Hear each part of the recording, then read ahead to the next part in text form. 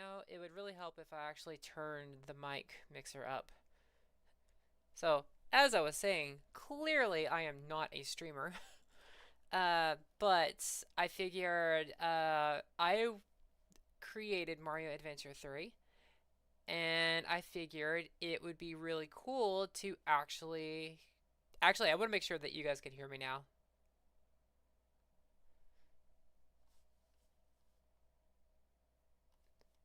Ho hum, testing, 1, 2, 3. Can you guys hear me?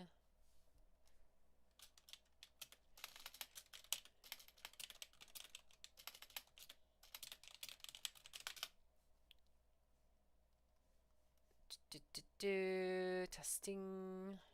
Okay, yay. Take a chair. Alright.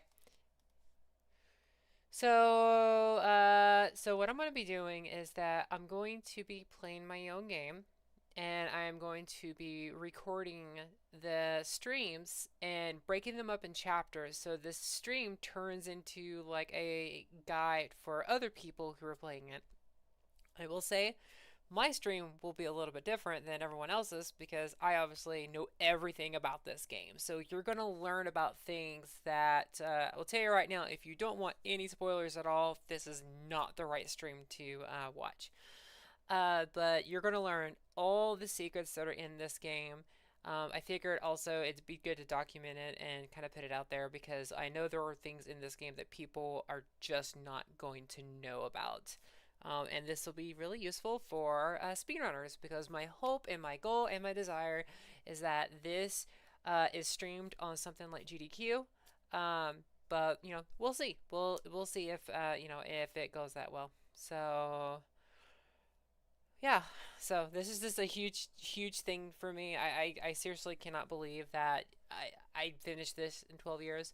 Obviously, there is a few bugs here and there that people have found, but from what I've seen so far, there hasn't been anything that's been like game breaking. So, yeah. So,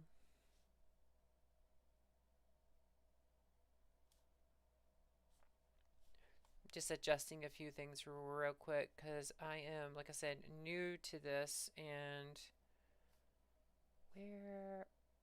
So it shows 404 unauthorized.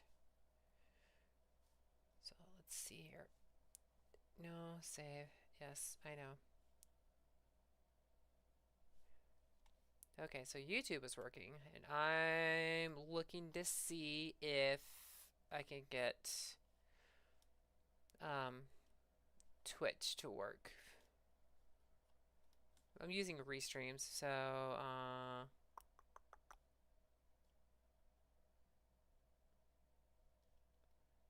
edit settings, save, turn it off, turn it back on.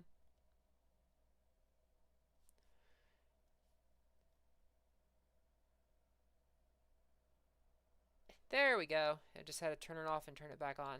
You know, I'm a software engineer, and it blows me away by the number of times turning it on and back, turning off and back on actually fixes things. It kind of scares me, which is why I'm skeptical of technology. So, anyways, so yeah, let's go and get this started. So before I do a playthrough of this game, I'm going to be talking about all of these little things that you may or may not know about. Well, you probably don't know about it, but so first off, so these little stars that are on the screen, one thing that most people may not notice is that, let me go ahead and start this, and let me try refreshing the game real quick. That's right, controller. No, it's not doing that real quick. Let's move something around, refresh.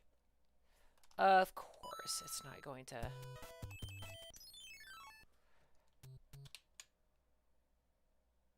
Okay, I will show it off later, but essentially what's supposed to happen is... Let me actually make sure this is not too loud. I'm just making sure that the levels aren't too much, so that way talking over. So anyways, as I was saying, let me go back to this real quick. So whenever you come to this title screen, the stars will be different colors. They'll sparkle either red, green, blue, or yellow. And the color of the stars and the sparkles is basically based around your save data. So when the game loads up, it checks certain values in the save data, and colors the stars based off of that. Also, you'll notice that I did a cool little trick. Oh, it's doing similar things. I did this cool little thing where you notice that the A overlaps the elm, and the A overlaps the D here, and all this other stuff. So this isn't just tiles. There's like sprite layering and stuff like this. For a simple static title screen, a lot is going on. So if you've never played this game before, you notice that it said, let me start a new game real quick. So it does save the game, has game saves. You can continue where you left off. Of course, you can go to new game, and of course, he has a confirmation. If you like, no, it doesn't do that. If you confirm, it's a new game. One thing is also that when you start the game, you have an option of an autosave or not. I'm pretty sure 99% of the people out there are going to choose to autosave, which is why it's the default option. But if you don't choose autosave, and then let me go over there and hit refresh, you notice nothing showed up because it didn't save the game automatically. So I'm going to turn this back on again. I'm going to move this. If you don't have autosave turned on, then you actually have to hit the start button on the map screen and select save. So I will refresh this, and now the game is actually saved. But like I said, 99% of people, they're just going to choose autosaves if they don't save state. But, you know, people like having options even if nobody's ever going to use those options. So there we go. So as I play through the game, I'm going to be explaining mechanics, little secrets, pointing out little things. So this very first stream will probably be a little slow at first, just because there's a lot to cover in this very first thing. But the subsequent streams should be a little bit quicker. I will say, this is a long game, and I've never actually got to play through my own game on my own. So who knows how this is gonna, happen.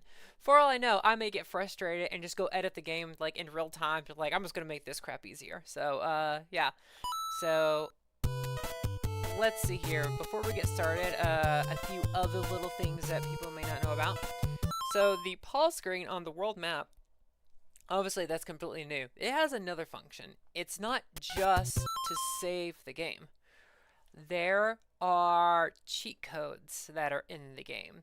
So I'm not going to tell you what those cheat codes are, but I can say what they do. So I put in a code, and it allows me to skip right over a level. That is a cheat code. There is, let's see. There's debug mode. And debug mode allows you to cycle through all the power-ups in real time. This is something that Mario 3 had, but it was disabled, so I just kind of retrofitted it for my own liking. So let me go ahead and exit the level. Let's see, another really cool cheat code is, aha.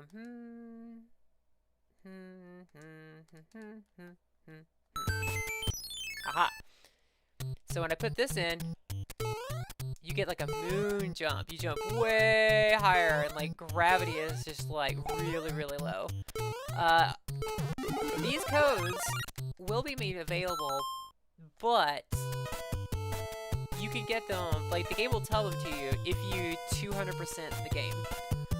For those that don't know, this game has a second quest, and if you get everything in the first quest, you get to play the entire game again.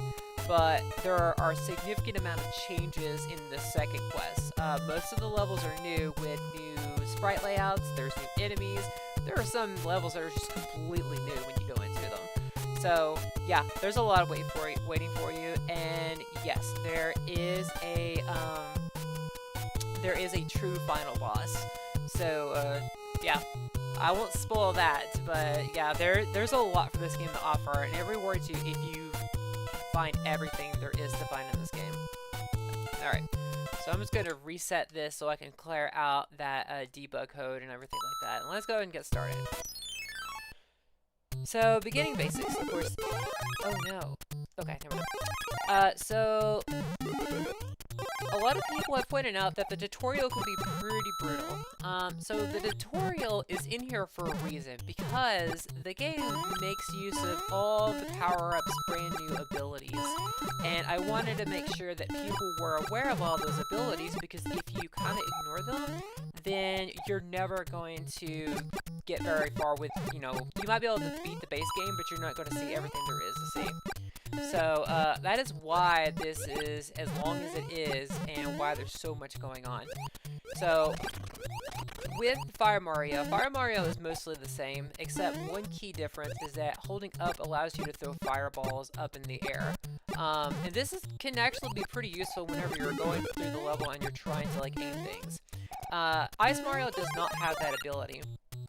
Also, one thing that's really big about this game is, like, dynamic changes. So, Fire and Ice Mario, in certain levels, can have certain effects.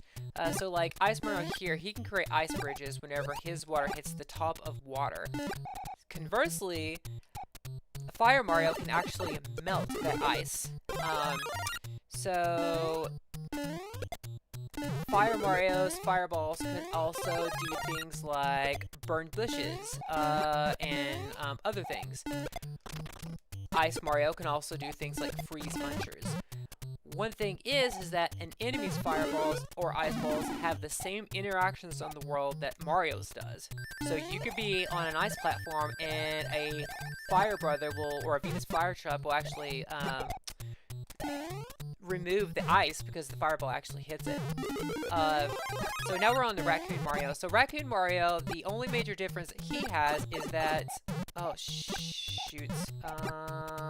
Okay, there we go. Raccoon Mario can actually knock projectiles back at enemies. And whenever he does, those projectiles no longer hurt him. They actually hurt, the enemy instead. So, let's go ahead and do this real quick. So, it's pretty forgiving.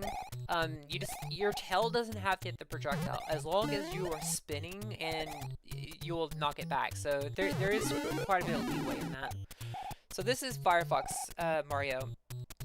Firefox Mario allows you to do a fire dash attack. So double tapping and holding the B button causes you to dash forward. And the dash attack will break through bricks and the turn blocks from Super Mario World, and allows you to swim through lava, and fireballs don't hurt Firefox Mario. I can't show that off right here because there are no fireballs around here. So this is Poison Frog Mario. I call it Poison Frog because I don't know what else to call this ability, but so in Mario Bros. 3, the frog suit was kind of like, oh yeah, you know, you can swim really fast and easily through water, and that's pretty much the only ability that you would ever use it for. Well, this one has a pretty powerful ability which allows you to go invincible. So when you double tap the B button and hold the B button, you'll actually turn invincible for a short time. And you can cancel out of it by just like letting go of the B button. It'll cancel out of it so you don't like have to wait for it to fill back up really fast. And of course the invincibility allows you to plow right through enemies, no problem. Another thing is that Frog Mario jumps way higher than regular Mario. So he has quite a bit more to him. Another difference is that as he's running, you notice that like he doesn't stop as he's hopping around. His animation stops, but he's not hopping like he does in Mario 3. So the mechanics are a little bit different. He's still kind of slippery for the controls, otherwise he'd be OP. But one of the other things about Frog Mario is that I kind of like to think that he has sticky feet. And so because of that, he doesn't slip on ice and wind doesn't affect him, because his feet are sticky to the ground. Okay, this is Koopa Shell Mario. So Koopa Shell Mario, you have to get up to a running speed, and when you're up at a high enough speed and you press the down button, you'll go into a shell spin. So just walking isn't enough. You usually have to hold the B button. And then you'll just go into the still shell mode for a short amount of time, and then when it runs out, you just start sliding. And of course I gotta let go, and it'll push you forward. Another thing about the shell spin is that the shell spin, while you're spinning, when you hit a spike from the top, you just bounce right off of it. And if you run out of like spin time while you're on top of a spike block, you'll just continue spinning until you actually make it on safe ground. Let's see here. Now this is the hammer suit. So before I talk about the hammer suit, I want to point out that one of the things that you could do in this that you couldn't do in regular Mario Bros. 3 is that you could hit 2 blocks at the same time, like this. So I don't know why. I think this is like a really cool little thing. But anyways, so Hammer Mario.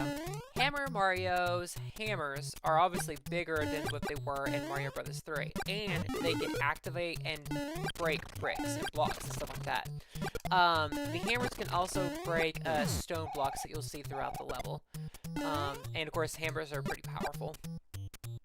He also has a ground pound attack. So you jump up in the air, press down, and you just like slam right into the ground.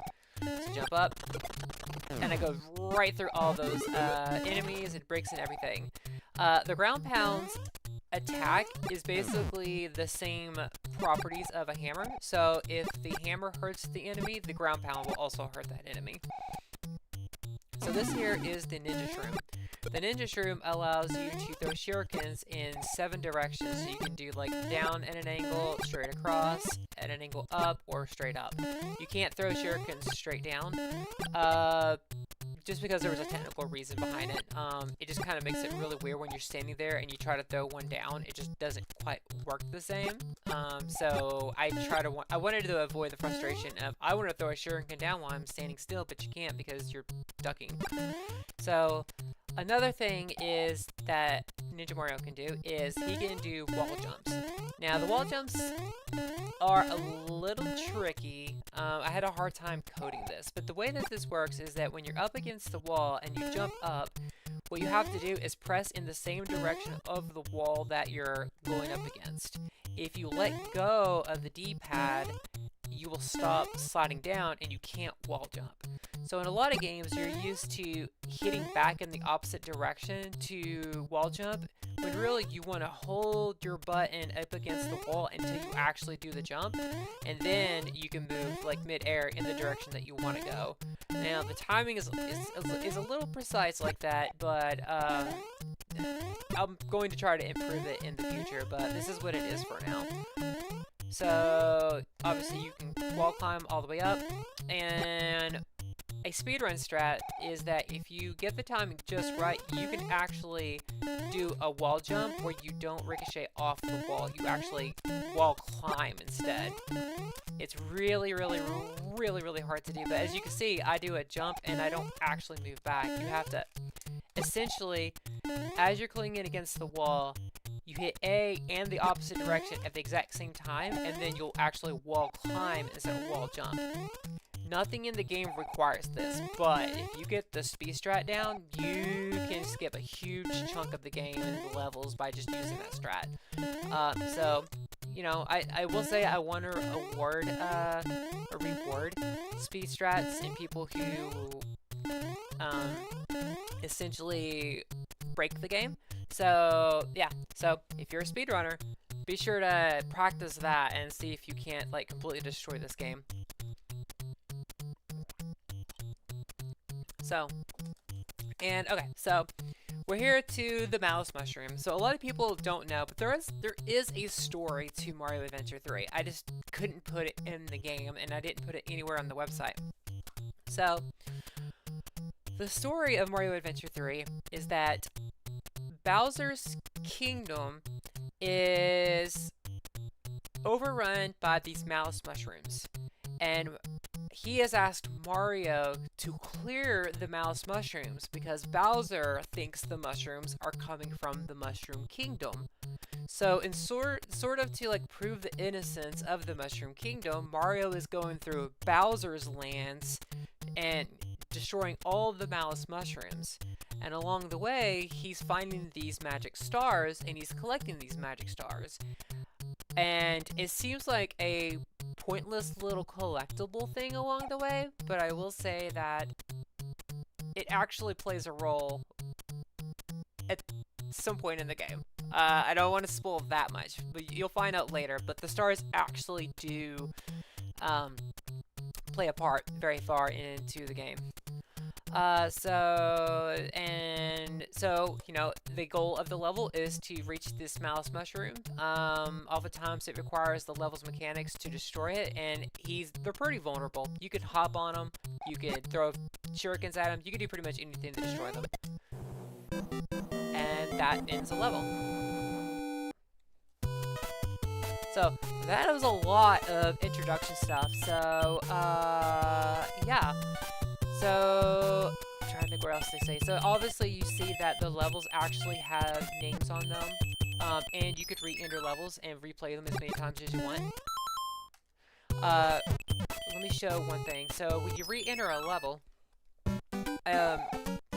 death does not have any consequences in this game.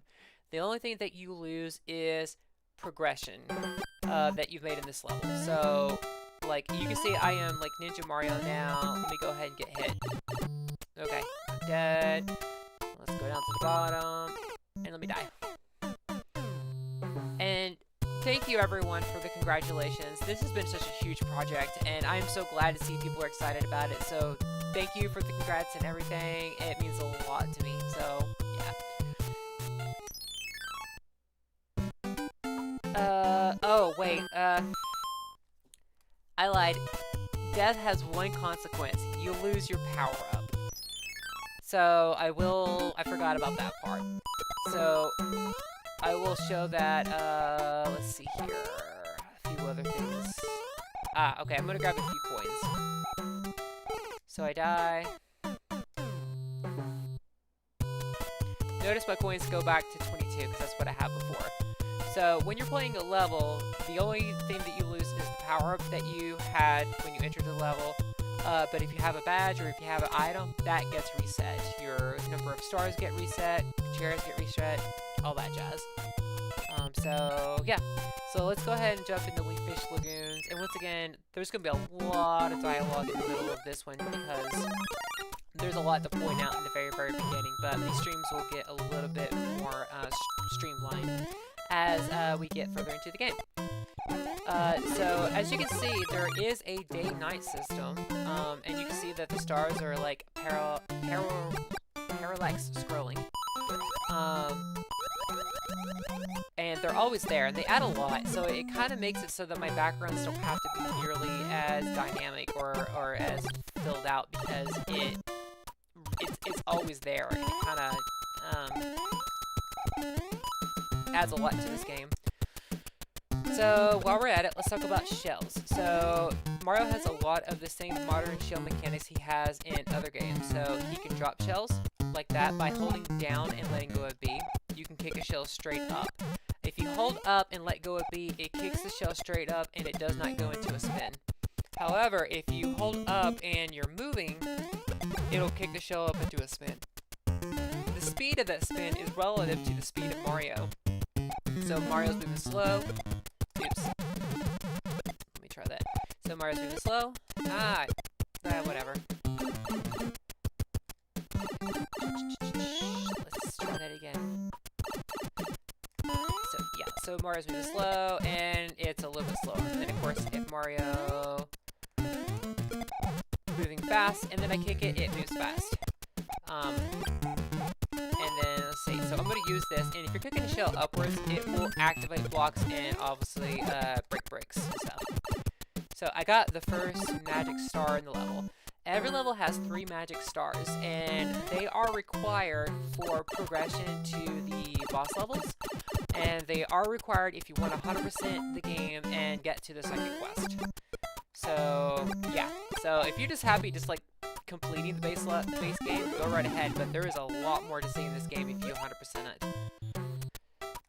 So as I'm swimming through water, you notice down in the status bar, that little bar is starting to drain. So you heard that sound. That is an oxygen meter. So Mario can't swim in water forever. He will lose his breath and he will die. Luckily though, there is a badge that increases your oxygen level by 2. So if you have a hard time, you know, swimming through sections really fast, you can equip that little badge and you will get double the oxygen.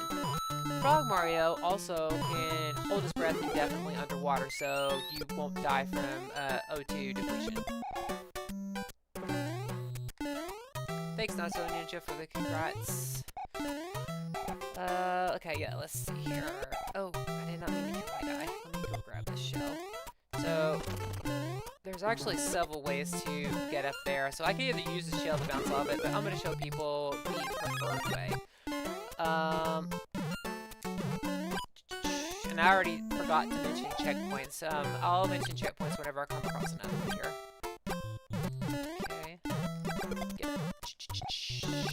Alright, so you saw the fireball. It melts, you know, frozen ice, frozen coin blocks and removes the coin inside. That's really nothing new. Cherry, and you saw that it went from day to night. So it is a dynamic day-night system.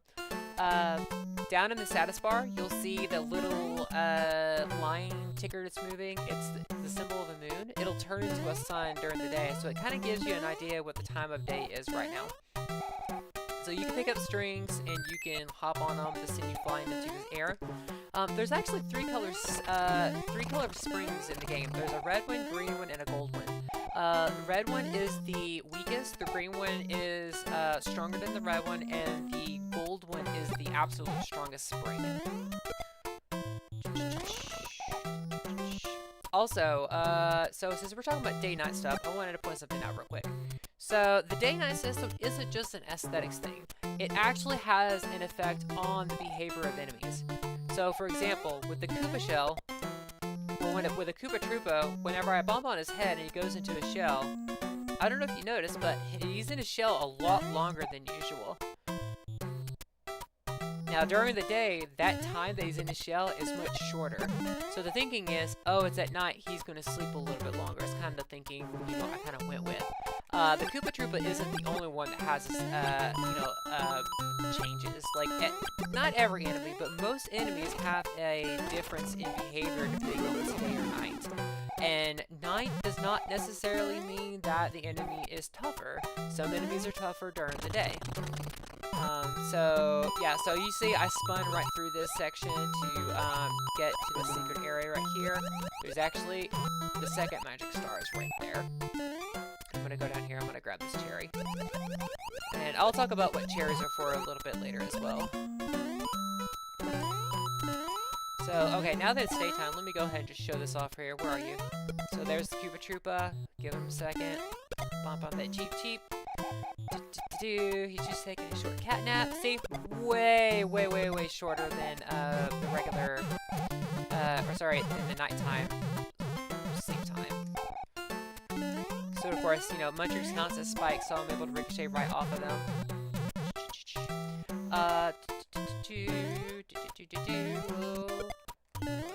On this, of course, there's the gold spring, and you can jump on that and bounce way higher. So, a little strat that you can use is that you can actually kick the springs up in the air and then jump up and hit them mid-air, so you can get even more of a boost in the game if you wanted to.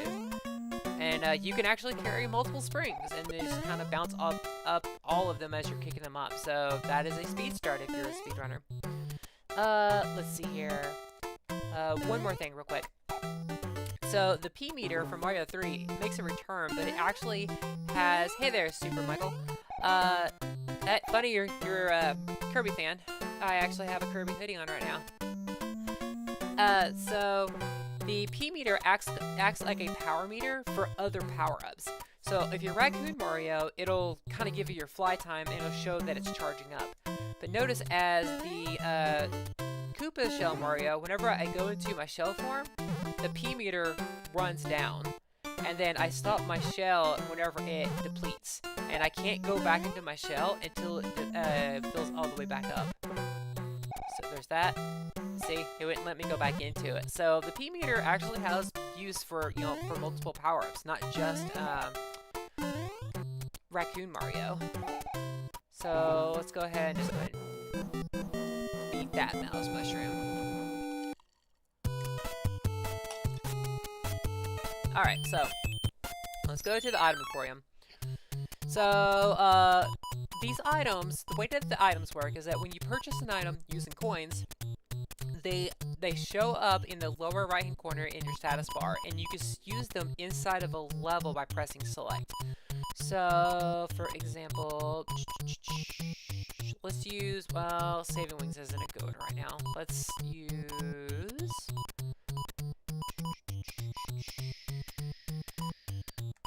We'll use Ice Flower. So let's go ahead and go into Key Coin Caverns. And let me show real quick that when I hit the select button, I am now Ice Mario. Now, if I exit the level, that item comes back. And if I die... No, wait. It might help to actually show that, you know, I'm using it. Okay, so there we go. Now I'm using it. Let's go ahead and let this Mario die. See, it comes back. So, you essentially don't waste the item if you go into a level and you die with it. So, you know, it's forgiving in that way. I will say there's a couple of drawbacks to the item slot. If there's another power-up on screen, you can't use the item in your item slot. That's because there's a technical reason for that, and whenever I allowed you to use the item while the power-up's on screen, it like broke the graphics of the item that was on screen. So let me just go ahead and use that. There we go. So yes, and the other thing is you can buy an item on top of your existing one, and it'll write right over it. And certain badges also make use of the item slot, and it will write over your item. So just a warning. So yeah, Ice Mario, of course, he can freeze munchers and run right across them. Right across them. Alright, so now we are in Key Coin Caverns. So this level, you're inside caverns, and you have to collect these little key coins. In the upper left-hand corner, you have your little key coin indicator to let you know how many of them that you've collected. What is really interesting is that this mechanic is found in a lot of Mario games today, but I coded this mechanic in, like, within the first year of programming this game, before key coins were even in Mario games. So, I know I'm not saying Nintendo stole my idea at all. I just like the fact that I come up with ideas that are similar to what Nintendo comes up with. One little thing about this is, little things, I put a ton of little touches in this game. And one of those touches is, if you look on the ground down here, you notice that it's a little bit lighter than the ground over here. But right above it, there's a little light bulb. So they're like actually shining down on the ground and lighting up that area. And obviously you can't see the lighting on the player himself, but you know, there's a ton of little touches that are in this game that, you know, if they weren't there, you wouldn't notice them. Notice that the ice bridges are disappearing. They don't stay forever. Sometimes they do, sometimes they don't. There's a technical reason for why they may stay around forever versus not. The reason I made it do this is because it's actually possible to lock yourself out of progression by creating an ice bridge that you can't get down. So they just disappear periodically, so that way you can actually get back down in them. Over in this level, or over here, there's a hidden firefly over there, and I never explained that over here. So getting across this section, to do this, these little spider webs, you can actually crawl up and down, and that's kind of important to remember for later. So you're expected to jump across the spider webs. You can actually jump off of climbable things. You can jump up and move up, down, left, right. So that's actually really important. I know I've already went this way, but I kind of wanted to point that out because it's an important mechanic that's used later on in the game. So, yes, I am using this fireball. I am finding one more key coin. So the color of the coins, they're red, they're pink. They actually change color depending on the level. I wasn't really too concerned about making it consistent. But yeah, they definitely have a coin on them. So, yeah, or sorry, not a coin on them. They definitely have a key on them, so that kind of indicates what they're for. So when you get all the key coins, wherever you get that last key coin, that is where your key is generated. Now, what happens whenever you lose a key? Well, if the key, first of all, the key does not despawn. So I can go all the way over to the right, back over to the left, and the key is still there. But what happens whenever you kick it down off of a pit? It actually reappears in the location that it was generated at. So you will never soft lock yourself by getting rid of the key. So I'm going to put this key down here for safekeeping because I'm going to hop up here. Or actually, let me... I'll just go ahead and do this here. Because this guy here, this is called Spintula, and he comes down from the ceiling, and he's, of course, weaving his little web, but that's important because whenever you kill him, you can actually use his webs to climb up into, like, higher sections. So I'm gonna kick that guy up there. Of course, actually, that's perfect, because where did he go? Okay, well, he's gone now. I don't know where he went. So magic stars are collected in a variety of ways. They can appear when you collect 8 green coins. They can appear when you hit a P-switch. They can appear in a whole bunch of different ways. Okay, let's go in here. Let's go grab this checkpoint. So there are checkpoints in the game, and what the checkpoint basically does is saves your entry or your points. So when you go back into the level, you start back here again. The checkpoint actually also saves any magic stars that you've collected, your coins, your XP, all that other stuff. So it does an automatic save for you. But let me just go to show you real quick that if I enter this other level, and I exit this level, and I go back to that same level, I'm back at the checkpoint. But the checkpoint will clear if you grab a checkpoint in another stage. So remember that part. The checkpoints are not like, they don't save across the entire game. There's not enough space on the NES for that to happen.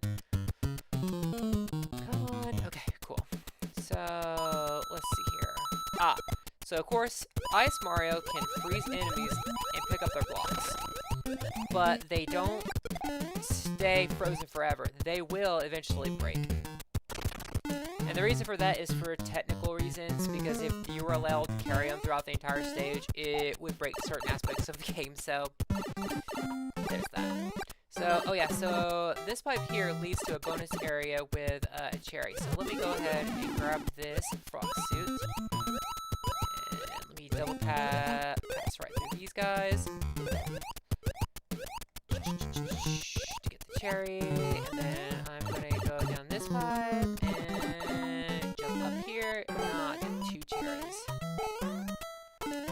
Of course, the invincibility works on munchers too. And while I have the frog suit, I'll also point out that before I mentioned the P meter works on various power-ups, it works with the frog suit as well. So whenever I double tap the B button, you'll see that the P meter drains, and you can't go back into your invincibility state until the P meter fills all the way back up.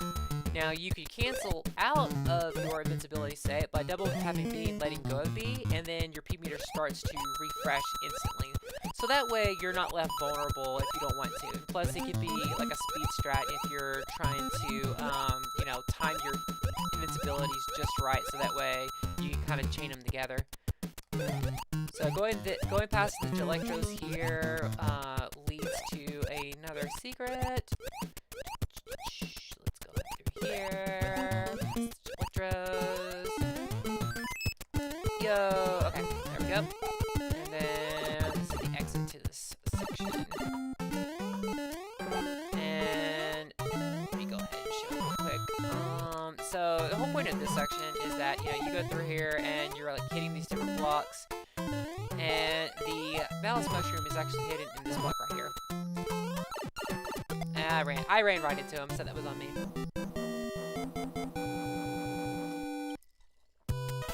Alright, cool beans. So I am going to, let's go ahead and do Shy Guy Retro Revival. So actually, let me check something real quick. Go to item emporium. Nope. Okay. So this is a throwback to Super Mario Bros. 2. So when you go into the door in this level, you get a reversed like silhouette version. Basically, Subcon from Mario Bros. 2. And this becomes an important mechanic because in Subcon, these little green blocks are not there. So you'll find some sections that are impossible to pass until you go into Subcon. So you kind of have to go past them in Subcon and it'll pull you back into the level to access other parts of the game. So these Shy Guys, they actually will jump up and grab item blocks that have coins, power-ups, anything. If they grab an item block that has a power-up on it and it breaks, the power-up that was inside will pop out.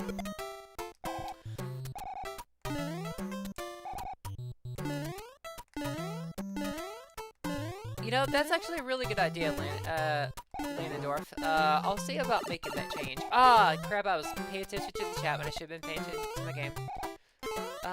So let me go kick this up. If you kick your shell up, over this little ledge right here, you see it'll travel across and break this brick, and then the key will fall down.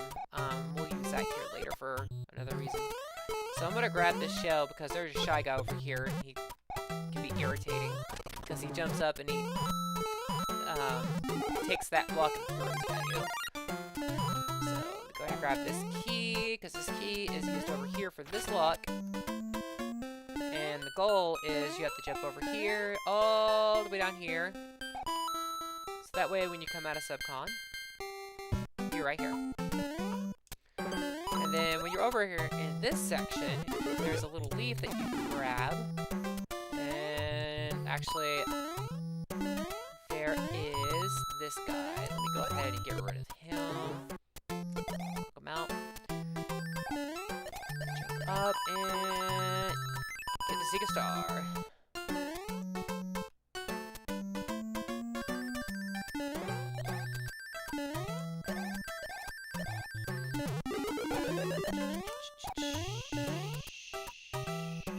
Oh, is YouTube frozen? Was it just your YouTube, Captain N? Hopefully it was just yours. If it's frozen for anybody else, you know, just let me know and I'll see if I can't restart the stream. So, you know, I have this ninja here, and, you know, just remember that you can actually bat his shurikens back at him. So over here, there is a Shy Guy, and if you let the Shy Guy jump up and grab that block, and then jump over here, he'll throw the block in a safe place so you can grab this key. And then when you grab this key, let me actually go grab this checkpoint. You go inside this door, jump up to this vine, and then jump across, and then you jump over here, and you wait. Ta-da! There on the other side, and now you can grab that magic star. And then freaking Shy Guys are gonna hell out of me. So yeah, that's pretty much it right there. Get rid of this ninja. Get rid of him. So one thing about day-night system is ninjas will throw their ninja stars, their shurikens, at a slower speed during the day and then move faster at night. So you see how slow that goes? I keep hearing a coin because I know Shy Guys are down there throwing the blocks of coins. Oh, don't worry. I'm going to record all of this. Let me exit like out of this because I died. When you exit a level, your power-up that you had when you went into the level, you get to keep. So, oh yeah, there is this weird graphical glitch that happens every once in a while. It's a rounding error with the math. I can never be bothered to try to fix it, so it's a minor thing. But let me show you real quick. You notice that the ninja is like throwing shurikens way faster now. That is because, I don't know, ninjas are stronger at night, so that's kind of what my thinking is. There you go, get rid of him. So, of course, I have to go and grab that star again. Okay. Where are you, Shy Guy? You were over here before. There you are. Ah, you little... Alright. Alright, forget it. Whatever. I'm just gonna jump down there and grab it anyways, because I need to grab the star. Something else about subcon. Well, I'll talk about that later. There we go. Yeah, get rid of yourself. Get bent, Shy Guy. Is there any more down here? No, there's not. Okay, cool. I hope it's fun, Guitario. There are a lot of people I've been watching streaming, and man, it is, it's painful to watch someone stream your game, and it's, like, painful to watch it and go, oh, this is frustrating, this sucks, and I'm like, oh, man, if only you knew. But it is what it is, you know, what makes sense to me doesn't make sense to everybody, so, it is what it is. Yeah, so everyone would say, okay, so Mario Adventure 2, I kind of pulled a Goat Simulator 3. There was never a Goat Simulator 2. And Mario Adventure 2 was, in my mind, Luigi versus Mario, which was a ROM hack that I started and spent like a year working on, and I lost a ton of progress. Long story short, whenever I lost like all that progress, I was destroyed, and I decided to forget it. I'm just not going to do that anymore, and I just gave up on the project. So, in my heart of hearts, this is definitely Mario Adventure 3, because this is my third huge project, and I actually finished this one, so yay. Oh yeah, I'm sitting here like getting all these things, and I hope people realize that, you know, they could watch the stream and they could watch the stream and figure out where all these magic stars are. So I'm gonna hop over here. I love this right here, because people watch this and they're like, what in the world am I supposed to do? So the concept behind this is that Shy Guys keep grabbing these bricks, and you have to use that to your advantage in this level. So this Shy Guy grabs this brick, which has a vine in it, and he has to carry it over here to a clear area. And then when he gets over here and he throws it and it breaks, now you can use that vine to climb all the way to the top. So I'm gonna take a break real quick, and I'm gonna talk about how one of the major things about this game is that enemies interact with the world. They break bricks, they break through the ground, they do things in the game that change the game's world. And you have to use these abilities and these things that enemies have to your advantage. And you have to use that to your advantage to access secrets and to reach magic stars and things like that. So when you see an enemy is doing something, there's probably a thing later on the level that has you make use of that enemy's abilities to your advantage. So let me hop over here. Oh, look at that. I got shurikens too. Oh, I could out ninja a ninja. Take that. So, and also, one of the things in Subcon also is that when you're over here in Subcon, the grass, you can actually hit the B button and it'll give you 5 coins for each grass tuft that you press B on. So yeah, it's a good way to like really farm coins. So let's see, I have like 205 now. Yeah, you get a ton of coins in this level. So let me go in here. Let me see something real quick. Nope. There's a reason I keep checking back at the shop. Something happens every once in a while. So yeah, there's a reason for it. So let's see here. So, polar payload plunge. I don't know if you've noticed, but I really make a lot of use of assonance in my level names. Ha! So, the concept of this level is that the water is very buoyant, and you don't sink in it, by yourself. So, let's see here.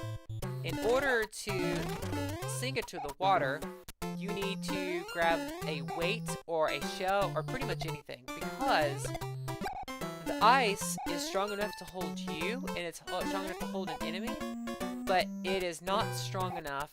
Oh, come on, wake up, because I don't trust you. Wake up, wake up, wake up, wake up, wake up, wake up, wake up. Okay. So when you grab anything, it makes you heavy enough to break the ice. And that's not just for this level, that's true of the entire game. But what's true of this level is that if you're holding an item, oh shoot. If you're holding an item, you'll sink in the water. If you're not holding an item, you're forced all the way back to the top. Yes, actually, Nacho Ninja. It's kind of Kirby's Adventure was a huge influence on me for this game. And I'm talking huge. That's why there's so many power-ups and so many unique abilities, because one of the things that really bother me about Kirby's Adventure is, like, very rarely do you actually have to use Kirby's abilities to progress in the game. So I wanted to make sure that, like, hey, if there's a power-up that has all these cool abilities, I'm gonna make you use them. There we go. Alright, so to reach the first star, you actually have to use your hammer suit to clear those bricks, and then use the weight to sink down here. Boom. You'll notice that, like, you could actually break ice blocks with your head. That is so that you don't get stuck underwater and drown. So, kind of makes sense. The ice can actually be broken by using Hammer Mario's ground pound. So, there's myriad ways the ice can actually break. But to sink in the water in this level, you actually have to use a weight of some sorts. Boom. Blue spinies. Blue spinies are different from red spinies. Blue spinies actually stay on the ledge. They march back and forth like a Koopa Troopa. So, little indication of that right there.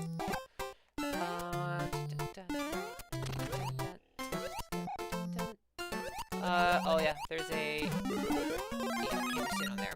So one thing, also, experience points. Experience points actually do have a purpose in this game, and I'll get to that later. But the way the experience works is that defeating an enemy gives you 2 points for the most part. Some enemies give you more. Also, let me show you real quick. There's a coin block over here, and there's a hidden cherry over here. Breaking a brick with your hammer or your head or whatever gives you 1 point, 1 experience points. And defeating enemies gives you 2. If you collect a power-up that you already have, you get bonus experience, like 25 experience. Now, if you're Small Mario, everything that I just said doubles. So defeating enemies gives you 4 experience points, breaking bricks gives you 2 experience points, and so on. And there's a little bit more to the system than that. So you'll notice here also, going down here, you have to sink to the bottom to grab this key. So the experience points also has a bonus mechanic. Rapidly defeating enemies, either by bombing on them or killing them with your fireballs or something like that, actually nets you bonus experience. And the way that it works is that the more that you kill and the faster you kill, then the experience starts to rake up. So if you kill 1 enemy, that's 2. But if you kill 2 in rapid succession, it'll give you 2 plus 4, and then 2 plus 4 plus 6, and then 2 plus 4 plus 6 plus 8, and so on. So it compounds up to a point. It's not like infinite. I think it caps out at, like, I don't remember what it caps out at. But it definitely caps out. So if you break the ice over here and carry this weight down here, you get to another section where leads you to, let's see here, is there an enemy over here? Leads you to this area right here. And then this area has a key up here that you can use. Haha, grabbed it. I'm gonna come back here.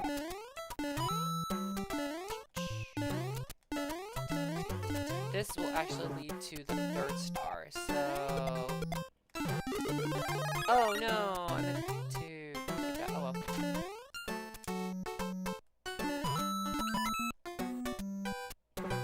There we go. And then you hop over here, you get another cherry.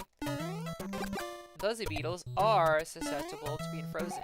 And you've noticed that frozen enemies have the same property of essentially of a shell. You can drop them, you can kick them, they kill other enemies, yada yada yada yada.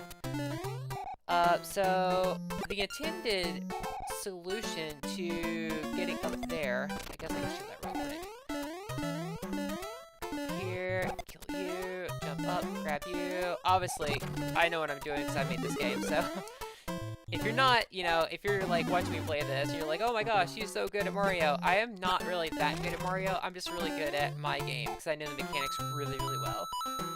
And like the number of times I have played something like Mario Wonder or Super Mario Brothers U, and I get the fire flower and I'm holding up to throw fireballs up in the air and it's not working, and I'm like, why is this broken? Oh, because that's my mechanic. That's not Nintendo's mechanic. So the intended way is to jump down here, and you can use this vine to get up here to go into the store. And you got the star coin mechanic. So kind of like key coins, but the difference is that these are star coins and you collect them all. And wherever you get the last one is where your star appears. Let's get rid of that. But there is another way that you can reach up there that's pretty easy. You just grab this spring right here, and then you jump up here, kick it up, bounce off of it, and, well, let's try that again. Jump up, jump, line this up real quick, jump up, da-da-da, so you can get up there, no problem. So, let's get through there. Want to keep, boom, get rid of him, boom. Aww, crap baskets. Alright, whatever. Oh, actually, I think there is...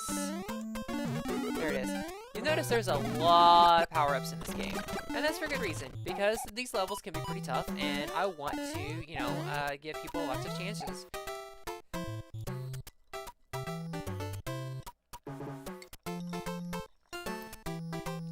Oh, I remember that level, Captain N. Not that level. I remember that episode of Mario 3. Say, like, watching Mario 3 is my favorite game of all time, and watching, The Adventures of Super Mario Brothers 3 felt like playing the game. I absolutely loved it. Alright, so that was Polar Payload Plunge. Let's see here. Let me check the item shop again. Ah! Yay! It kicked off! So if you notice, all of the items are half price. Yeah, so the way this works is that there's not just a day-night system, there is a week system. So the very first day is Monday, and then when it goes to night and then goes back in the day, it turns into Tuesday. And every Wednesday, the item emporium is half off.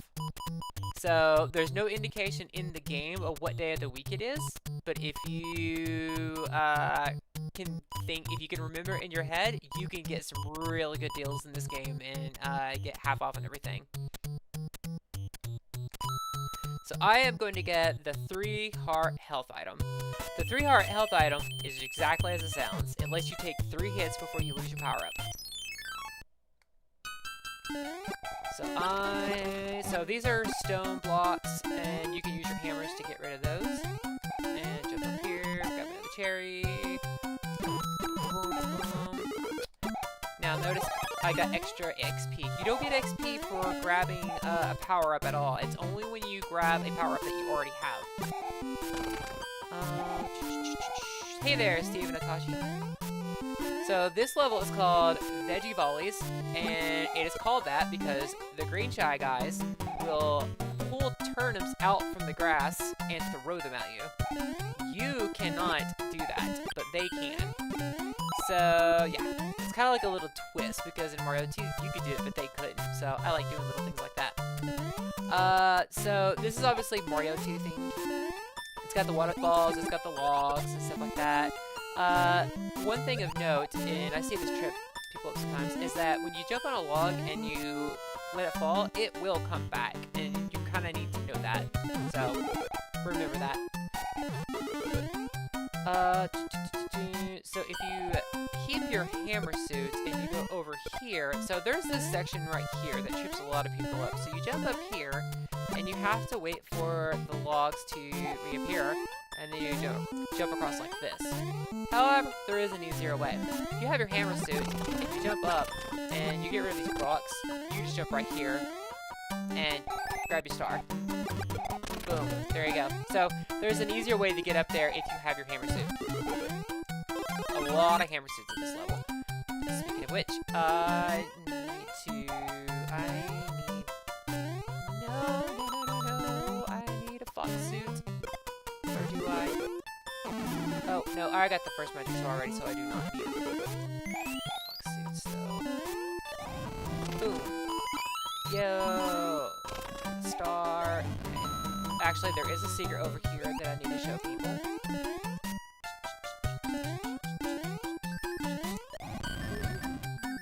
So if you jump up here, and jump off, you can get 3 cherries. Of course, you dash across, and like I mentioned before, you'll notice that whenever I dash across by double tapping the B button, you can cancel out of it by letting go of the B button. And your P meter will run out whenever you dash, and you come out of your dash when the P meter runs dry. So yeah, so it's a good little indication, and you know, I allow you to cancel out of it for speed strat purposes. And of course, when you're in fire dash mode, you're practically invincible.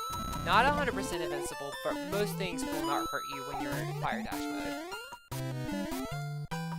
If you jump across these lines here, actually, before I do that, if you actually go over here and grab the hammer suits, across here, up here, then you go across these vines, and then go to the store, you get a lot of bonus points here. Clear out these stones, and grab a cherry. Up. Jump up.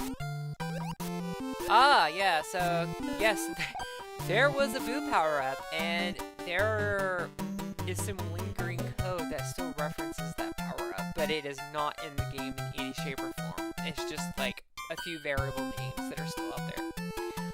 Yeah, so, it was there for, a little while. Oh boy.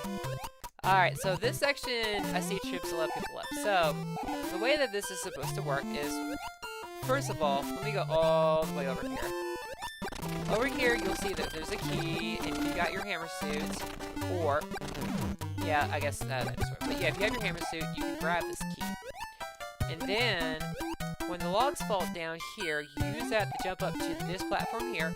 And if you time it just right, you can use the next log to jump up here, and the next log to jump up here, and then you get a running start, you run up to jump up here, and you have another magic door. You have another door.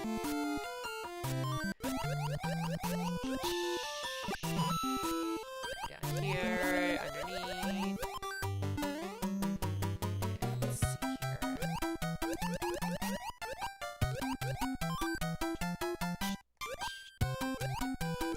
Yeah, so the boo power-up would have let you go through walls, essentially. But the problem was, I could not think of another use of the boo power-up. So, I'll take a quick second to talk about some of my thinking behind the power-ups. So, every power-up has an attack ability, and an ability that allows you to access sections of a level that you can't otherwise. So, Raccoon Mario can fly. It's obvious what he can do there. Fire Mario can interact with the world, like, you know, melt frozen blocks and things like that. Poison Rock Mario can go invincible, so he can bypass things like Electros inside of the water, and he can hold his breath indefinitely, so he can get through very long water sections you otherwise could not get through. Yes, you have a ground pound. Let's see, and then of course Hammer Mario, he has the ground pound, so he can get rid of blocks that are like below him. Let's see, Koopa Mario can go to a shell, so he can go through one block high areas that are blocked off by bricks.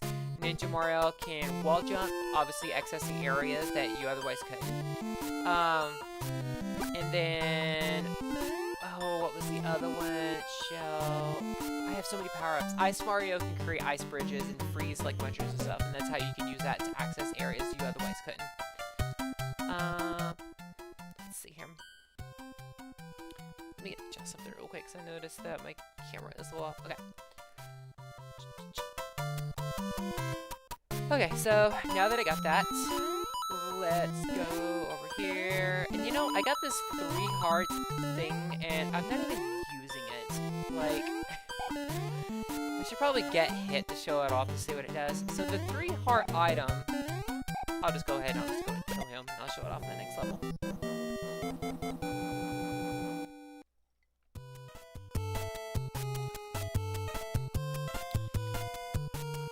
think Boo Mario mostly can get through like fenced areas, as far as I know.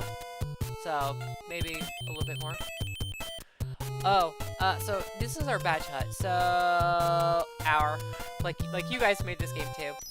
So the way badges work in the game is you have that second slot that's in the status bar. They offer passive abilities. So if you hit the up button, you'll see a bit of text that shows up that tells you what the item does. Of course, in like a short text form, because I don't have a whole lot of space to display this stuff in status bar. But anyways, so to go more in depth, so the O2++, that gives you increased oxygen. It's not quite double oxygen, it's like 1.5 times oxygen. Double XP, exactly as you said. So if you're Small Mario and you equip this badge, you're going to get a ton of XP really fast.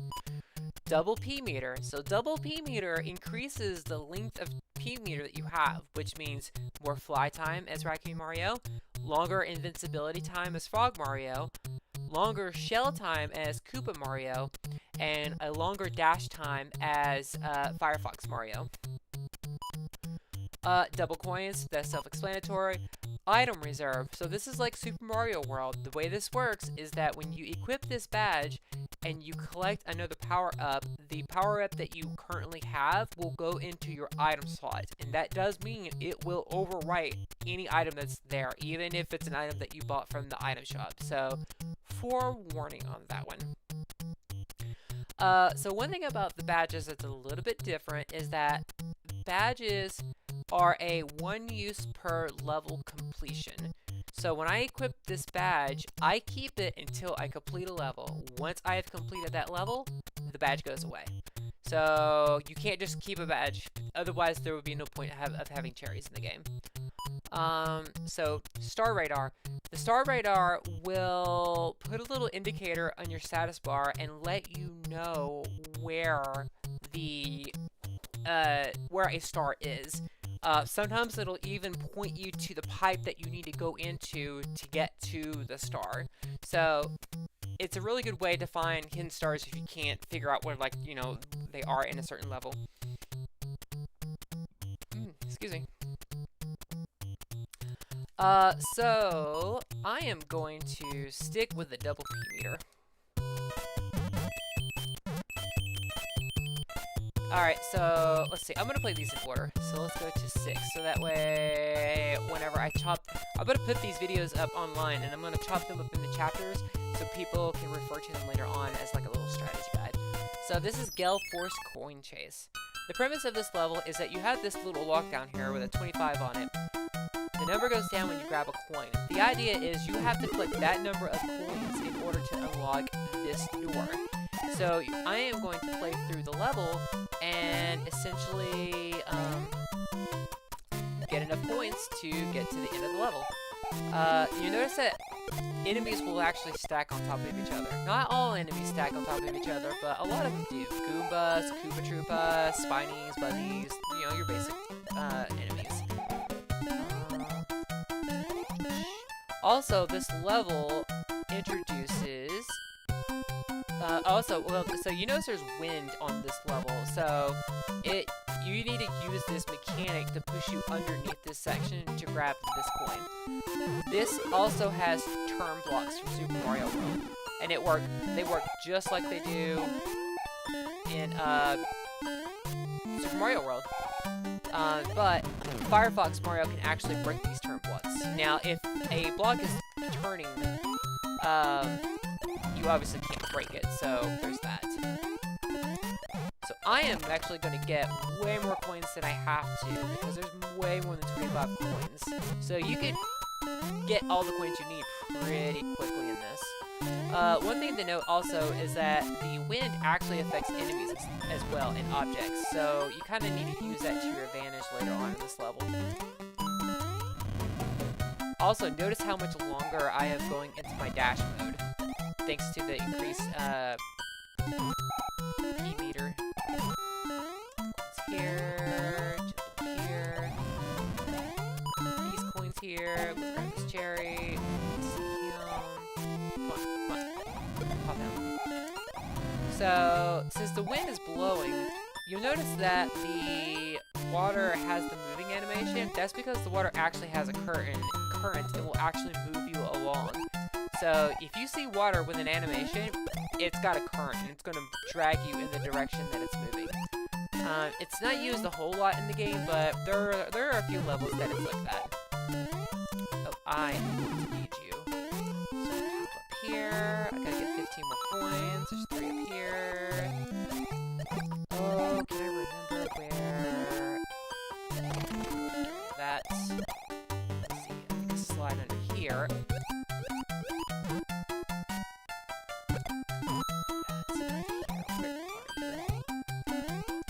I knew it. So, that star, let's get rid of it. Ah, no. Ha!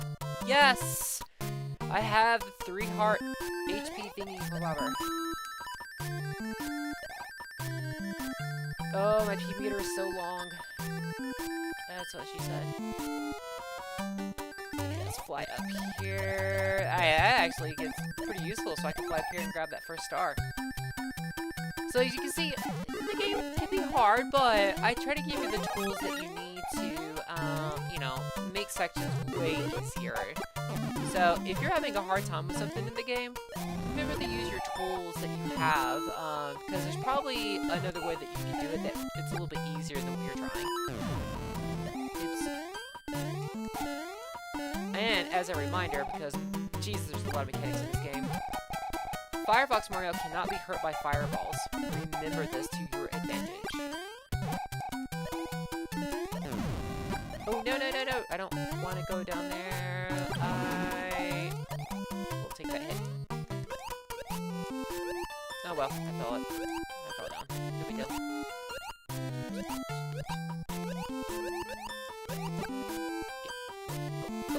Go. Oops. Wrong direction. Ah! Whatever. Get past him. Boom. Get rid of that. So here, if you let the wind blow the spring over here, really slowly, hop on it, and hop up here, you can get a lot of coins. And as you can see, you also get a magic star. And as you see, I already got 25 coins. So I am going to continue playing through this section. Let's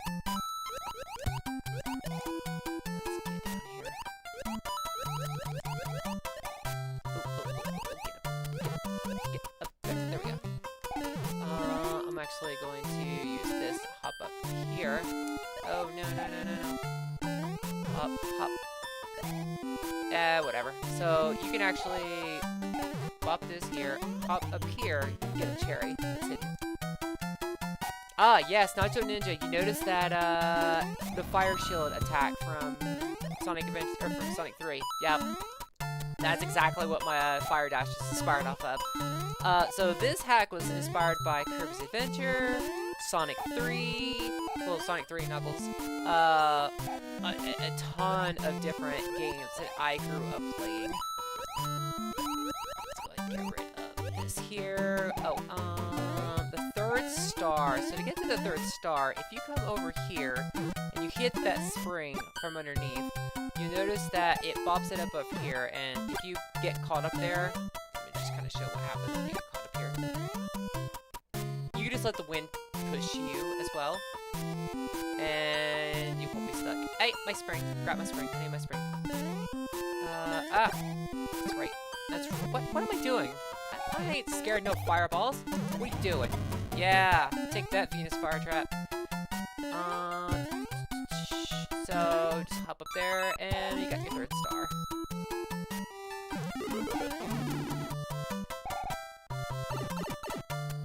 And then when you go on that pipe over here, come out the other side, you have access to the end of the level. Now, let's hop up here. It's a little tricky, but not too bad. Oh, that's right. You can't bump mouse mushrooms from underneath and kill them.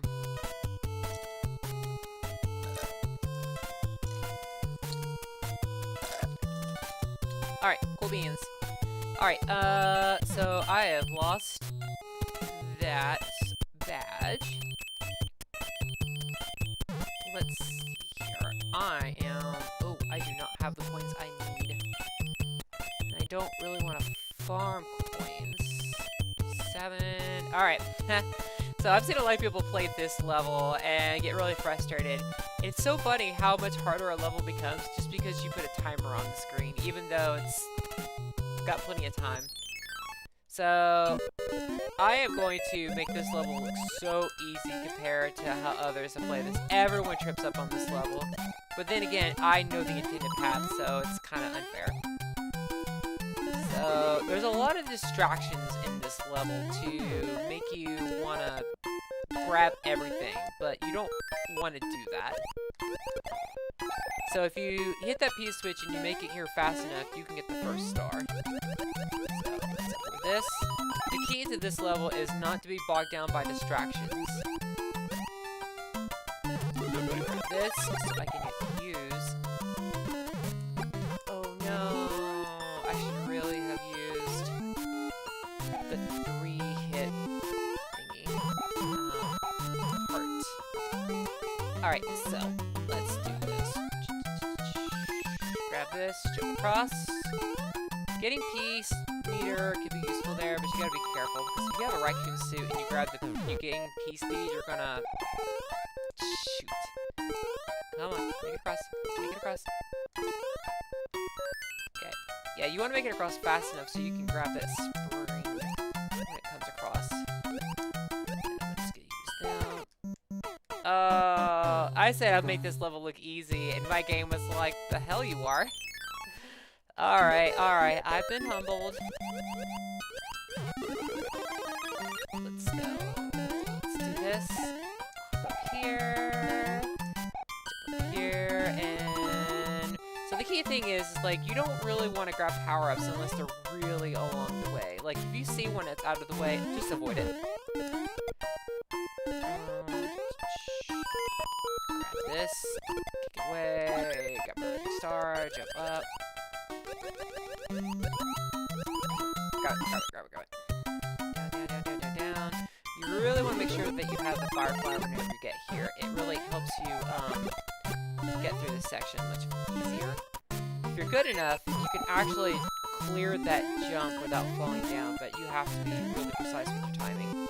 But the intended way is for you to fall down and hit those blocks so you can build a bridge and get across. So no worries if you can't make it that precise timing. Step across, grab that. And of course, if you're fast enough, you've got a bridge right here. Also notice that at night, the Koopa Troopas that are winged actually float in the air for a second at the apex of their jump.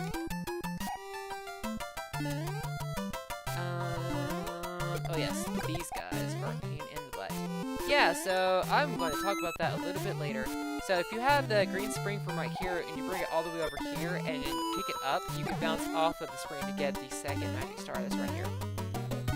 Also, beware of that piranha plant whenever he comes up out of the pipe. This, of course, there's a, there's a stupid shell. Careful right here because there is Goombas that pop out of the pipe right there. Over here, jump across. Mushroom. I think it's funny, so there are actually 2 paths. So you could go the lower path and in the level immediately, but I've seen everybody take the higher path. And this isn't too bad. The ice, use that to your advantage to slip underneath, and you could grab that 3rd star right there. So yes, Captain N, the Japanese approach of where you go back to Small Mario when you're fully powered up, that is that way in the beginning of the game. It is not that way permanently. And I will show you... I'll go show you right now. Why not? So this is the training grounds. So the way the training grounds works is whenever you collect XP and you go to the training grounds, if you have enough...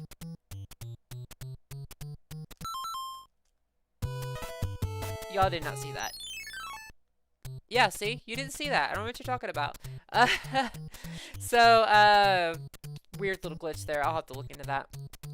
So when you come to the training grounds, when you have enough XP, you are able to take on the training.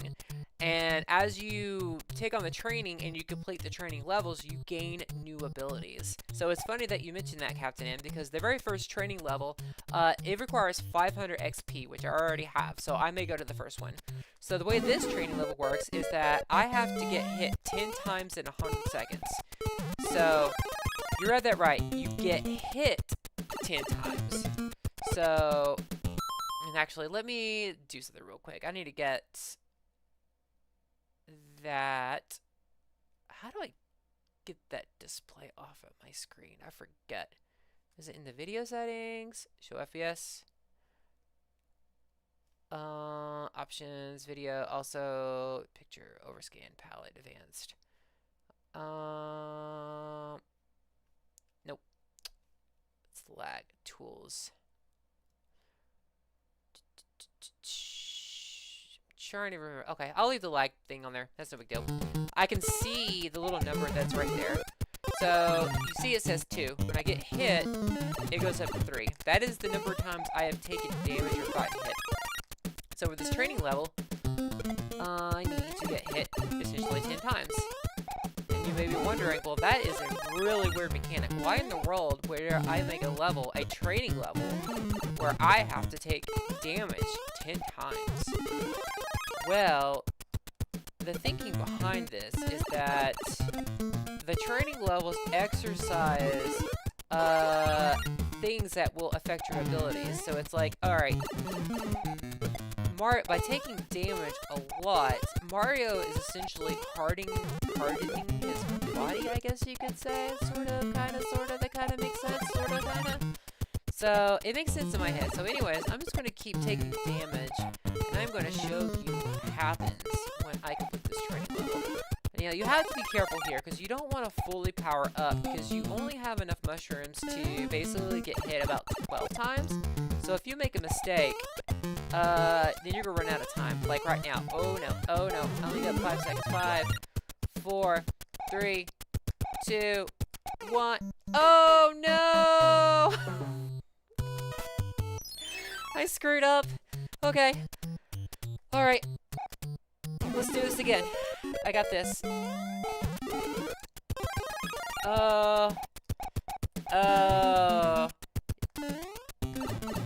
So, yeah, so Sonic 3 has had another profound influence on this hack, and I will show that a little bit later. So let's go ahead and... No! I don't want 2 mushrooms on screen. So you can have 2 power-ups on screen at the same time, as long as they are the same power-up and they come out at the same time. If you have, like, say, a fire flower, and then you hit a question block that has a leaf, then the fire flower will disappear. There is a technical limitation behind that. So it was a design choice, but like I said, out of necessity. Yes, Zenkai Boost. I too am a Dragon Ball fan. I absolutely love Dragon Ball. Dragon Ball, Dragon Ball Z, Dragon Ball Super. I even like Super Dragon Ball Heroes, the spin-off anime that was supposed to be based off the card game. Oh god, that freaking barrel of doom on the Sonic 3. And I know the chat is lagging behind, but that barrel roll caused me to rent Sonic 3 so many times because I could not get past it. Alright. So, yes. Zenkai Boost. Now that I completed the training level, there is a 1-up mushroom, and that 1-up mushroom ups your ability. Now, I can take an extra hit when fully powered up. So now, it doesn't use the Japanese damage system anymore, it uses the American damage system. So, the XP system basically allows you to up Mario. He gets stronger and gain passive abilities that, you know, make the game a little bit easier. So I actually have enough XP. Oh, I need 1250 to get the next one. Alright, so we'll go back to that one. So the badges are actually inspired by Super Mario, because I put the badges in here way before Mario Wonder was even a thought in Nintendo's mind. So it was kind of cool when I saw Mario Wonder come out with badges, and I'm like, oh, look at that. I think like Nintendo does, apparently. Alright, so, where are we? We are, actually, let me go check to see if it is half price day at the item shop or the badge shop. Not the badge shop.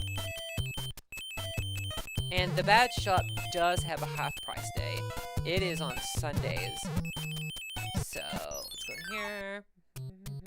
It is not half price day at the item shop. Oh, well.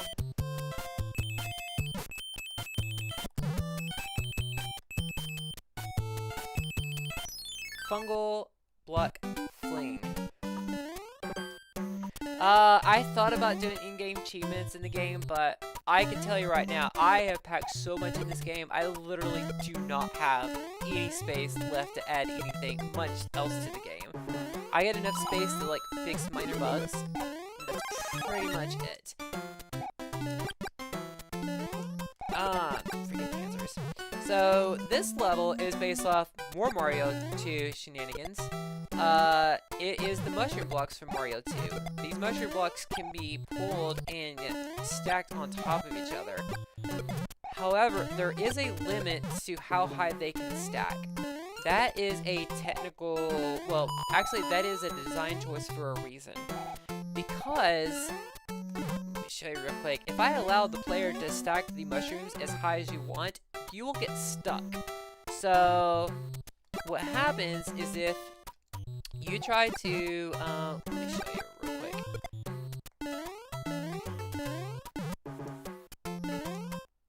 Let's do that real quick. Also notice that, Koopa shells actually take 2 fireballs to defeat now.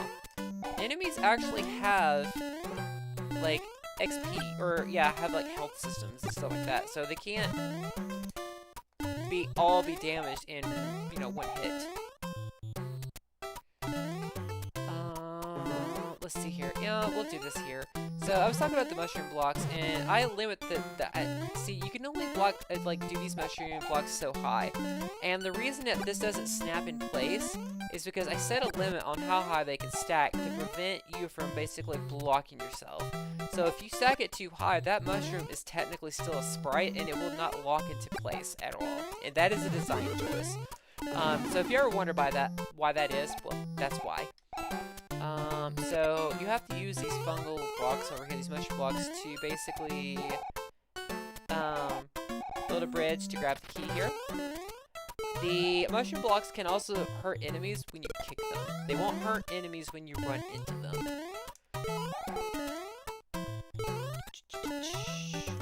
So here, see, the Panzer will actually shoot fireballs, and as you can see, they're actually melting the ice. So once again, you have to use the enemies as, you have to use the enemy's abilities to your advantage all throughout this game. If you come over here and, jump up here, grab this fire flower, you can actually melt the ice here to grab a few bonus coins.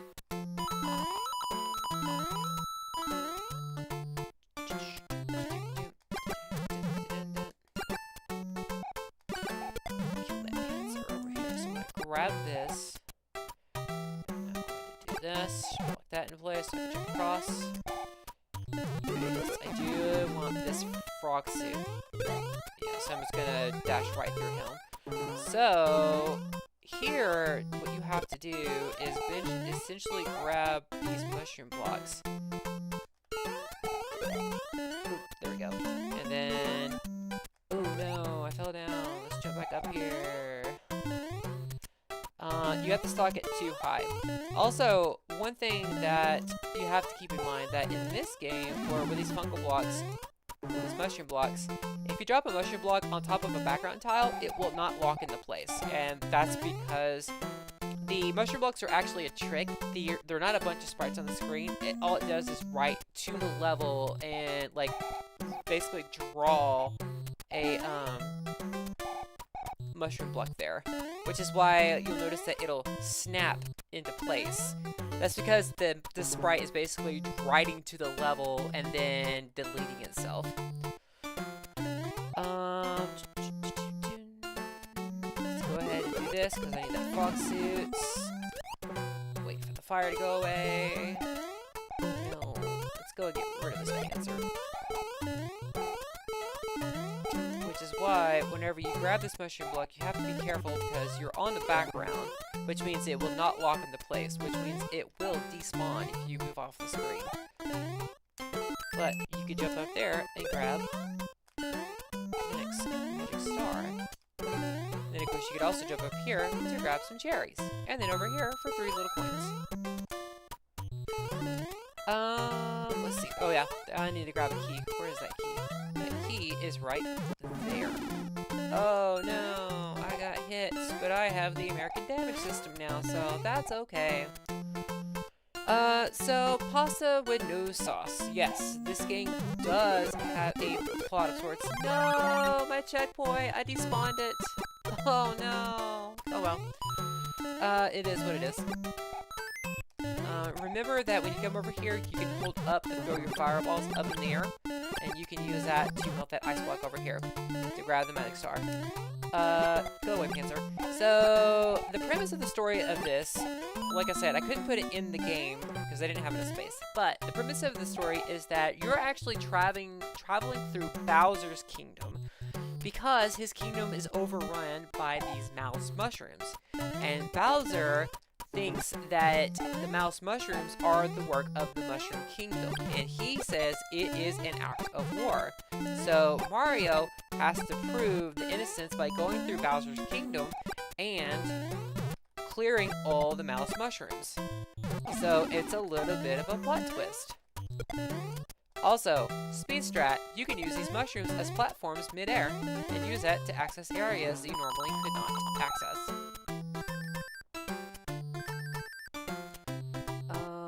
Actually, you want to have a mushroom block when you go down here, because these mushroom blocks can be used to kill the sparks.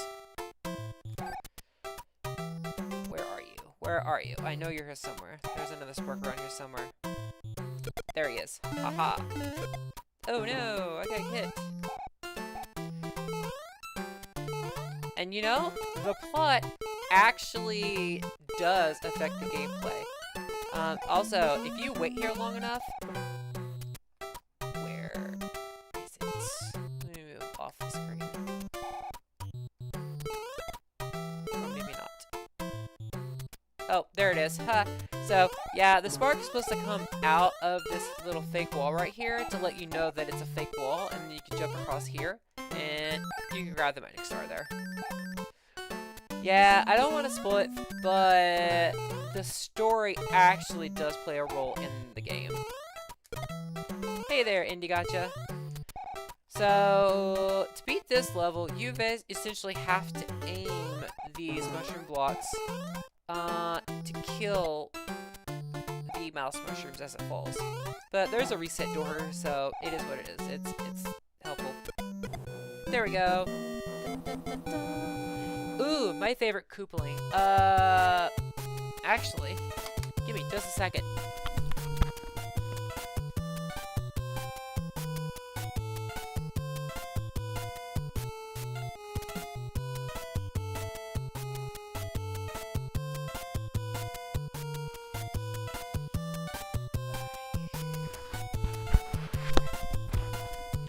Who is my favorite Koopaling? Alright, I gotta make sure I see my camera so I can actually see it on screen here. And what in you? There it is. Me. There we go. Let's see. So Larry, you know, he's the first world Koopaling, you know, he's pretty basic. Actually, wait, no, this isn't Larry. This is Lemmy. I forgot about that. I love Lemmy, Ice World. I love the little bouncy balls. I always thought that was a cool little mechanic from the Ice World. Of course, you have shoot. Yes, Roy. Of course, I love Roy. He's got sunglasses, and he makes the world shake in his little airship. So, you know, he's really, really cool. But you have the other big boy, Morton. He's kind of basic. He's a big boy, but he doesn't make the ground shake. So, you know, but he's got the cool little star patch like he's from Kiss. So there's that. Then you have, this is Iggy. Is this Iggy? Yes, he's got his glasses on. I was like, is this Iggy? Wait a minute, I'm missing somebody. 1, 2, 3, 4, 5, 6. Am I missing somebody? Where are you? Larry, where are you?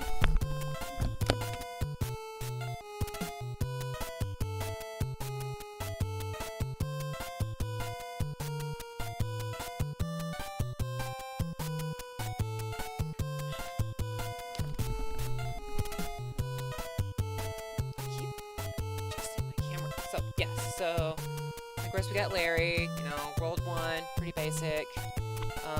He's definitely the vanilla latte of the Koopa Kids. Or, sorry, the Koopalings. Iggy, he's got glasses, you know, Giant World, love him.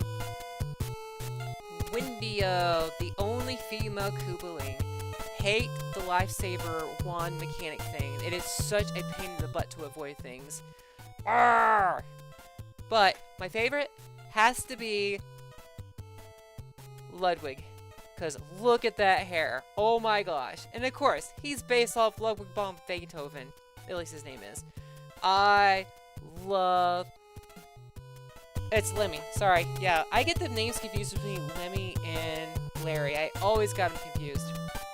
One has glasses, one doesn't, and there's too many L names, so I will admit that my names are a little off, but Ludwig is my favorite.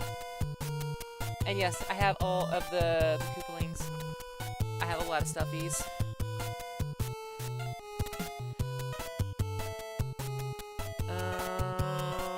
Alright, I'm gonna have to move these guys because they're taking up a lot of my desk space. I actually collect all of these at different conventions, like one at a time. It took me forever to get them. And, alright, so that was a nice little break. I'll have to cut that out. Maybe I'll leave it in whenever I do the video things. But yeah, my favorite is Ludwig. Where are we? Alright, so we completed Ludwig. Sorry. See? Fungal, Block, Fling. So, let's go collect some.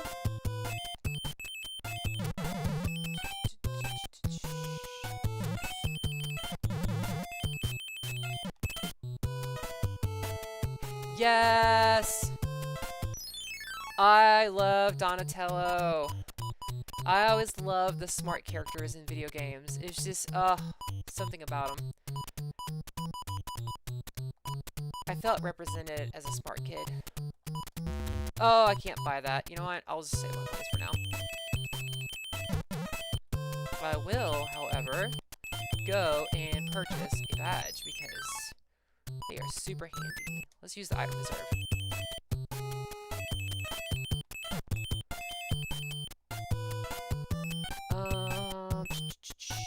Okay.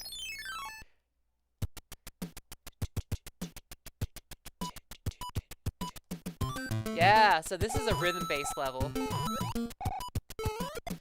And yeah, Mario games have rhythm-based levels. But the main reason I did this is because I love rhythm games. DDR, Tunism, Sound Voltex, Colorful Stage. I just absolutely adore them. I actually have to be quiet so I can actually hear the beat. So I can time it. So yeah, there is some timing involved. Come on. I do want to point out that levels like this that take place inside... Oh, I might have to come back to this. Oh no! Let's exit out of this because... Yes, I have played Cadence of Hyrule. I didn't complete it though because I got it around the same time the Age of Calamity came out, and that took my attention. For what little bit I played of it, though, I did love the game. But there's just like too many games to play.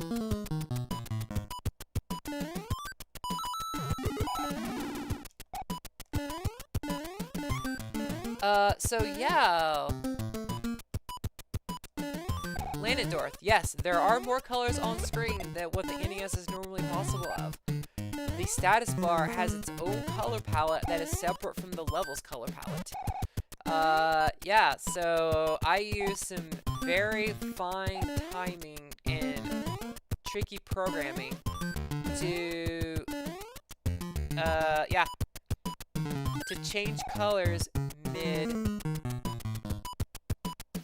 Sorry, I keep going quiet so I can actually hear the beat. Hold up.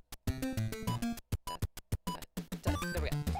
So yeah, so I use some scanline techniques to not shift the screen, but to write new palettes. And it sounds simple in concept, but my God, was that a tricky thing. But it actually allowed me to create even more colorful levels because I didn't have to worry about the status bar being readable because of the color palette.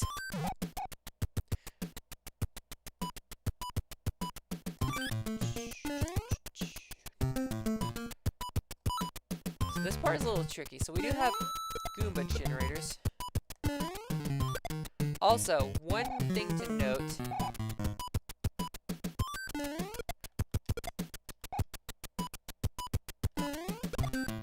So one thing to note is that these Goombas actually only give you 1 XP instead of 2 when you kill them. Generators generally give you less XP than their like counterparts whenever they exist in the level. It just makes it a little bit harder to farm XP if you wanted to. So probably something that most people wouldn't even notice. So go across.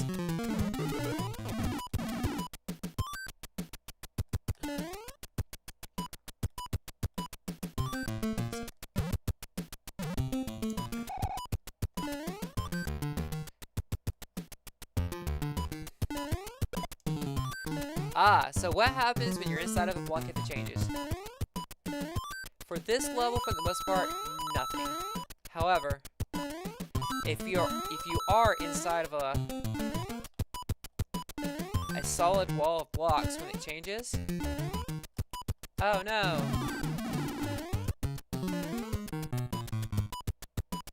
You will get hurt. Yes, you do get crushed.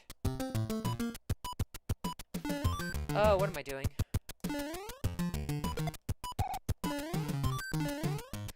Oh my gosh. I'm not paying attention. Alright, I'm gonna have to be quiet for a second. Because I can't hear the beat.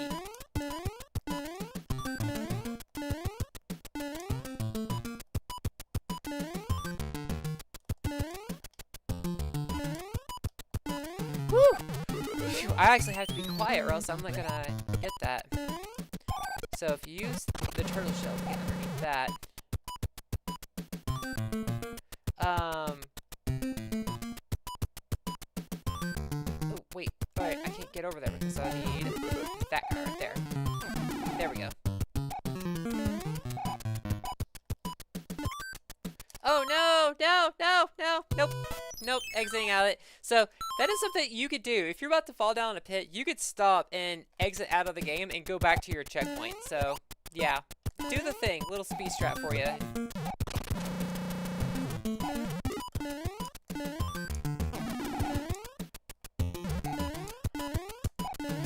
This could be a little tricky to get across. Ah, really? I want that star. That feels a lot trickier than it used to. Okay, gotta count. Gotta focus. 2, 3.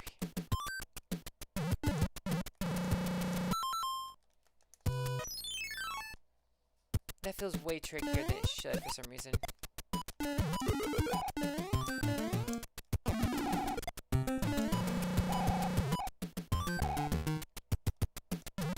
Oh, ha! It's so simple. Once you do it, it's so simple. Oh yeah, that's right, the time for this. Go away.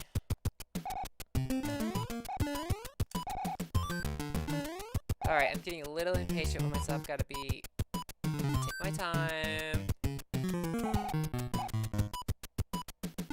There we go. It's not so bad if you actually are patient.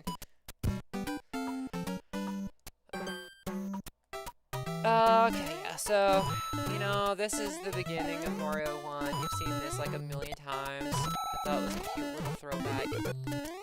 Also, slow down is a thing in this game. It's not as common as like Mario 3 Mix, but it is a thing. Because no amount of trickery can change the fact that the NES is only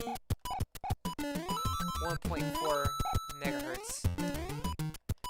Which sounds like a lot, but when you break that down to 50 frames, like 60 frames a second, it's like no time at all. I gotta focus. Alright, I'm being quiet for a second. There we go. There we go. Go. Jump. Up. Grab it. And got the key coin. There we go. Let's wait for the next cycle to come through. 1, 2, 3. Jump. Nope, not enough time. Oh wait. Plenty of time.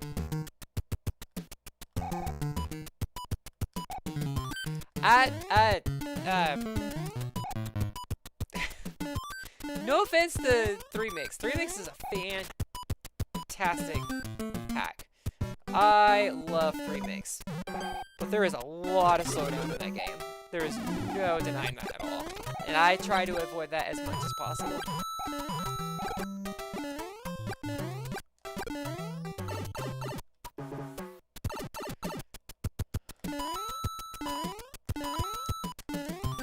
The timing on this is a little tricky.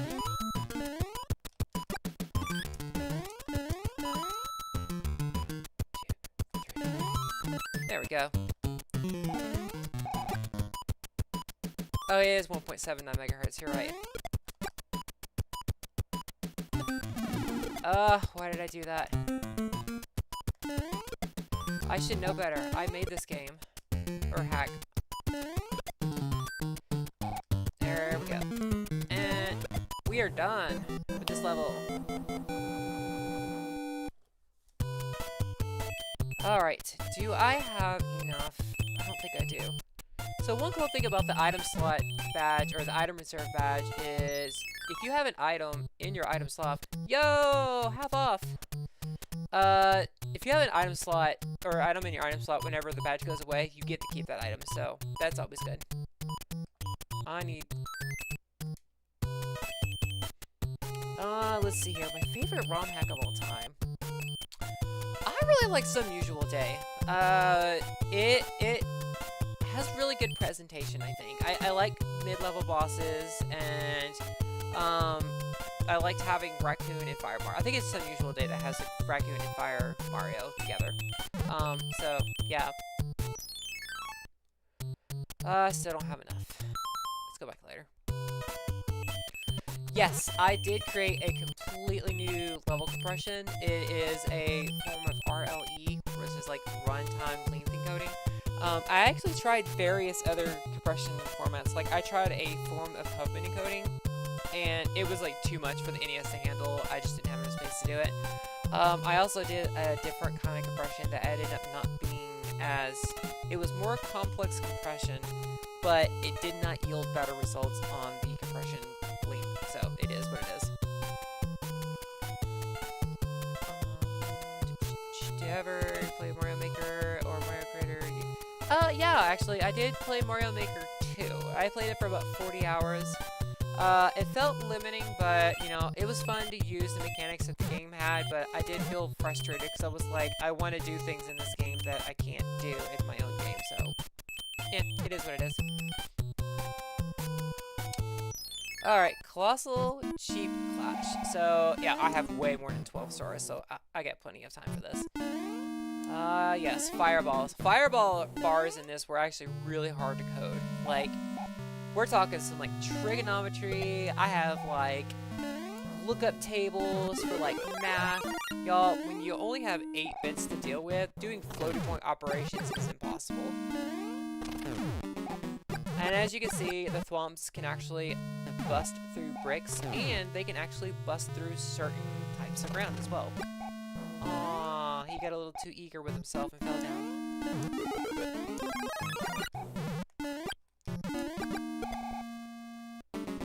So the premise of this level is that you're in this dungeon, and whenever you come out the other side, you break the wall and you flood the area, and now that it's flooded, you have to replay it underwater. And now that it's underwater, you have to go back to the beginning, and you can now access the second floor, but you still have to make it over there. And be mindful of the little pockets of air that you have. Ah, yes, oh gosh, there are so many little details in this game that I completely forget about that you guys are pointing out. Thank you so much for pointing those things out. So, well, he's not doing it. But yes, the thwomps make faces. So, like, the blue thwomps will have their eyes closed, and when you get closer, their eyes will open, and then they'll grimace when you get close enough before they actually land on you. The red thwomps, they move up and down constantly. And you notice that their eyes will look up or down to indicate what direction that they're moving. Down. Up. Down. Up. There we go. Jump over this. Alright, just go ahead. Of course, this fireball is a little tricky. The thing is, you have to be close enough to the red thwomps or else they won't move. So, you have to get close and then move away. Close and move away, close and move away, and repeat and repeat and repeat. Down, and up, and down. And I feel like I'm like doing like a calisthenic exercise or something. And up, and down, and up, and down. Alright, let's go ahead and flood the second floor. So every fortress level has its own little gimmick, and sometimes they're like this, and other times they're not. Sometimes they're simple, but the presentation is what matters. So what's really cool about this, so this level was inspired by Sonic 3. So in the halfway through the first act of Angel Island, you get a mini boss that comes through and burns the entire island, and now the level layout is the same, but now it's on fire. I loved that detail. So this level is kind of like the same way, where you do something and it causes the level to change in some way. Also, don't forget about this check flag here. It's right there. I see so many people pass that up, because if you forget it, you're gonna have a hard time replaying that section. See? It's back. Also, that freaking right glitch, it annoys me. So this is the boss fight. So, a lot of bosses can be damaged in multiple ways. Notice that down in the status bar, you have a little skull with a bar on it. So when I throw these fireballs, it actually lowers his health. So Colossal Chief can be damaged with your own little projectiles here. Come on. Let me go ahead, and there is a ninja suit right here. Boom. See? So I can either attack him from afar, or if you don't have any power-ups with projectiles, like I don't now, you can actually hit him with a turtle shell. So the turtle shells do more damage than what your projectiles do.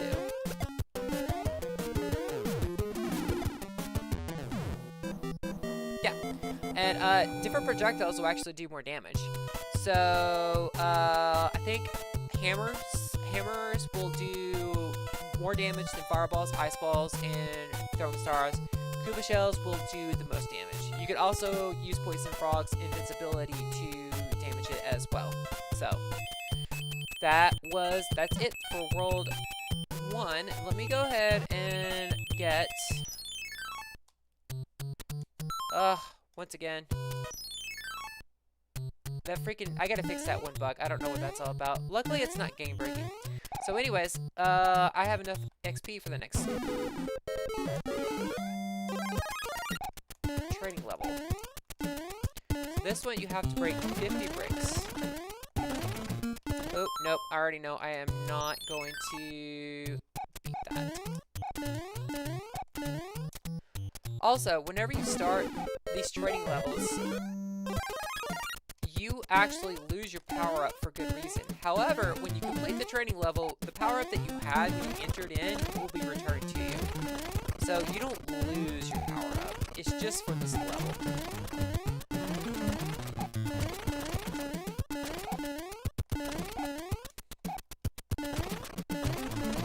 So you may be wondering, why break bricks? So, just like the last training level, we're getting hit a lot of times, kind of gave Mario the ability to now start, or to withstand more damage, because he's taking so much of the damage. This training level requires you to hit a bunch of bricks. And the thinking behind that, there's a slight little clip glitch that happens every once in a while. So, one thing about this game is that the double jump that you get from clipping into the wall no longer exists. You can no longer wall clip.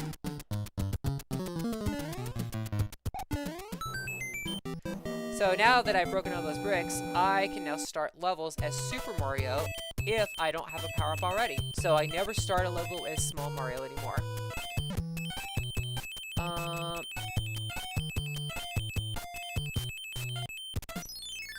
Alright, so this is directly inspired by Sonic 3. So one of the things I loved about Sonic 3 Knuckles is that Act 1 and Act 2 were seamless. The end of Act 1 was the start of Act 2. So, because of that, in this game, to get to the next world after beating a world... Oh, I just noticed that this level shows that it has stars, and it's not supposed to. That's a minor glitch, but it's easy to fix. So anyways, to get to the next world, you actually enter a pipe and you play a small little level that transitions into the next world. And when you exit the pipe, you're now in World 2. I can actually go back in this level, and I can actually play this level in reverse and go back to the original pipe and be back in World 1 again.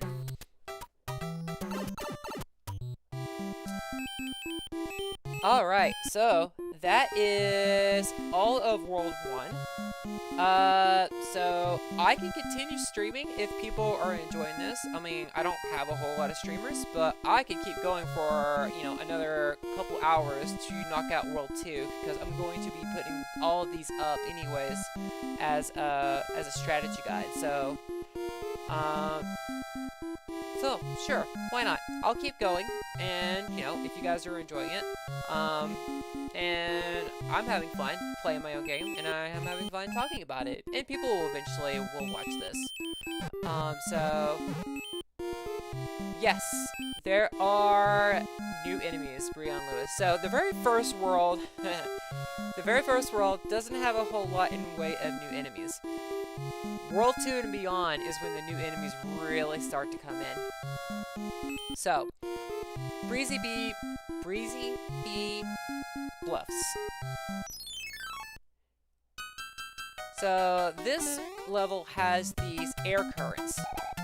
Also notice it has these little bees, steam bees is what I call them. They're based off of the bees from Mario World, and they float around, and when they come in across Mario, and they will charge at you.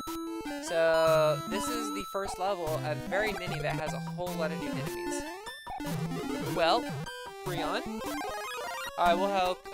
You may be glad to know swoops are in this game, but they are not in the first quest. If you want to see the swoops, you have to play the second quest. And yes, there is a second quest, and that second quest has second quest exclusive enemies to them.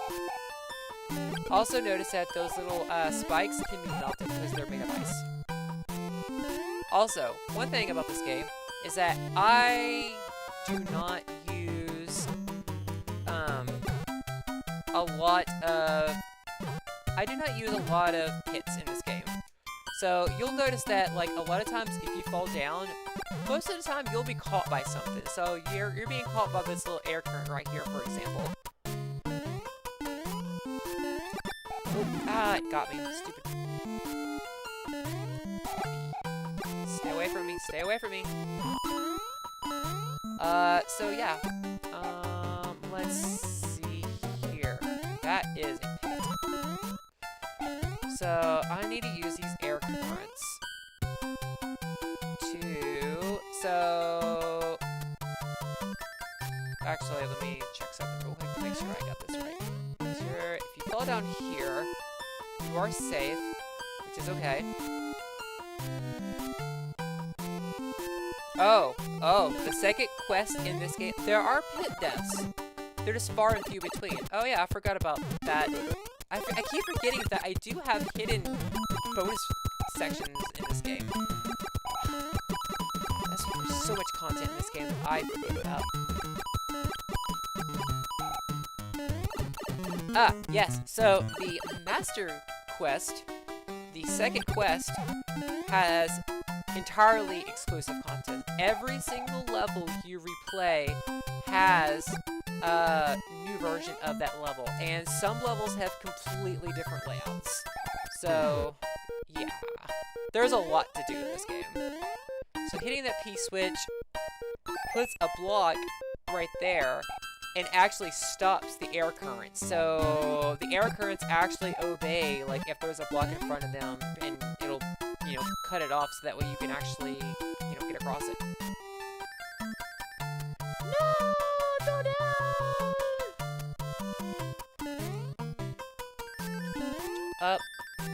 Up, slide across. Where's that switch? P-switch. Jump across, jump up. Boom, boom, boom. There we go.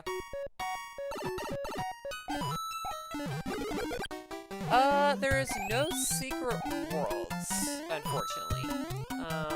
The game has, in all, 70 levels. And as you could probably tell, the levels are way more intricate than your typical Mario 3 hack. They're way longer as well, so yeah.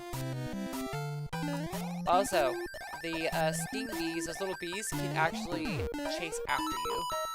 So if you fly up there and get that P switch, you can actually get the second magic star. You notice there was a little bit of slowdown there. I've actually optimized the collision detection system to minimize the slowdown, so when slowdown does occur in this game, it's a little bit more forgiving, and it's hard to tell, but it's not as taxing as the original Mario Bros. 3. And interesting enough, what causes the slowdown actually isn't the number of sprites that are on the screen. It's actually the number of objects that interact with each other. So essentially, if you have 5 Goombas on the screen, each one of those Goombas is looking for a Goomba that it can bump into. So it's like an n-square algorithm that, you know, exacerbates the problem. So I wrote some code to optimize the that detection. So essentially, the collision detection between enemies happens at 30 frames per second as opposed to 60 frames per second, which is enough for enemy-to-enemy collision detection.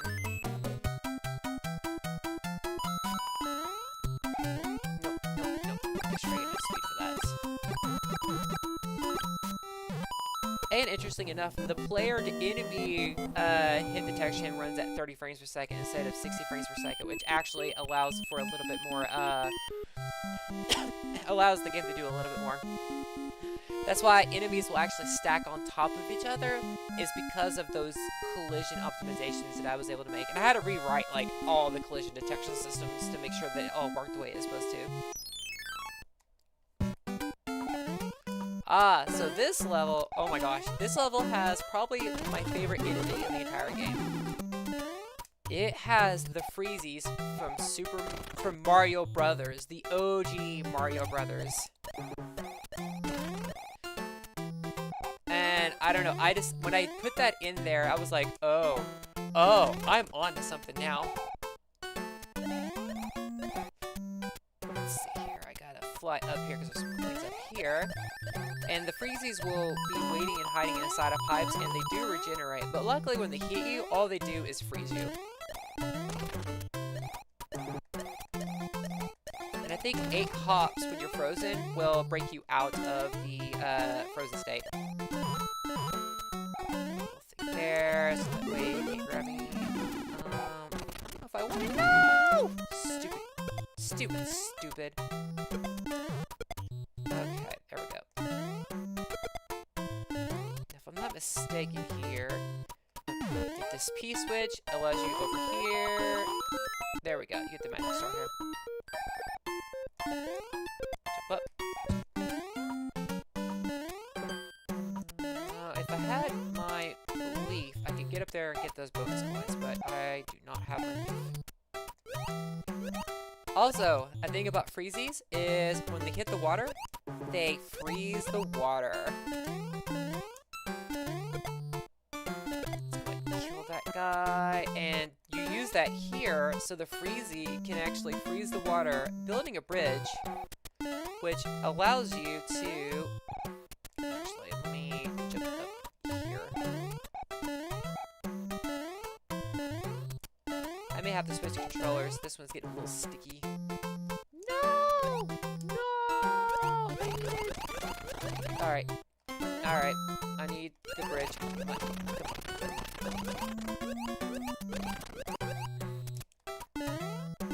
There you are. Come back out. Hop over. Come on, Freezy. Build the ice. There we go. And then I can go under here and grab the second magic star. I need to grab a checkpoint. Yeah. And I think if I can go over here, there we go. Here. Oh. Kill that guy. And for those that are new to the stream right now, as a reminder, like, you see the day-night system. The day-night system actually affects some enemies' behavior. So I've used the fact that Koopas will stay in their shell longer at night than during the day. One other effect is when a Goomba drops from the ground, if it's daytime, he will actually go towards Mario whenever he lands. But at night, he won't. He'll just keep going the direction that he was going. So the idea is, like, during the day, also go down this pipe to get the second magic star. So the idea is that at night, Goombas can't see as well, so they don't really know who Mario is. So they just keep moving. But during the day, they can see a little bit better, so they'll move in the direction that Mario is in. So the idea behind this is you want the Freezies to build a bridge across, and when you have a full bridge, you have a spring that you can use. No! Alright, I may have to...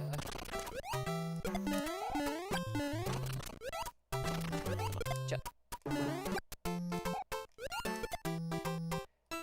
Okay, so you use that spring, go right there. Alternatively, you could just do, like, ninja jumps. Wall jumps. Alright.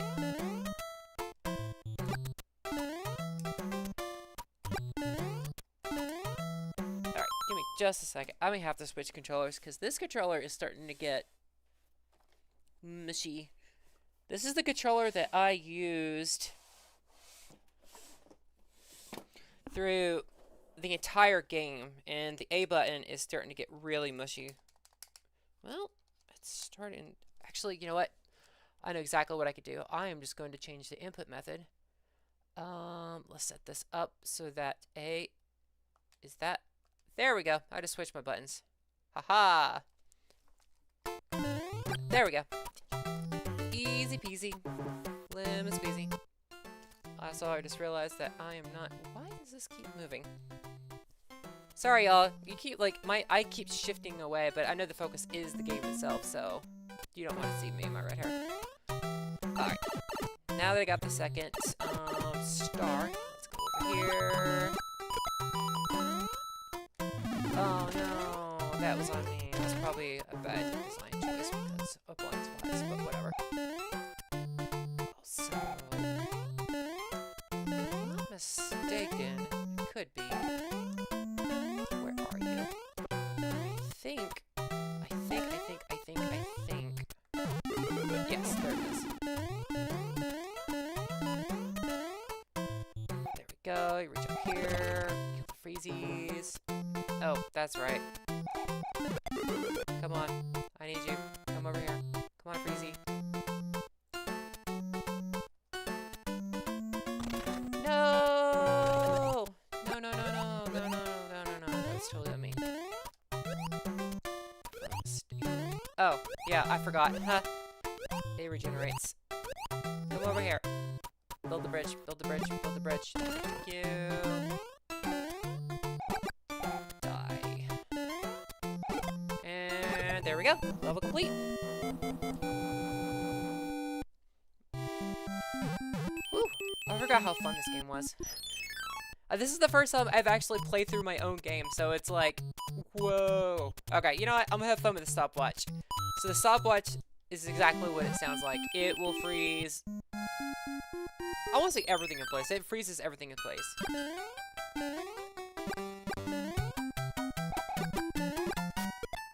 Go. Oh yeah, so this has snow effects.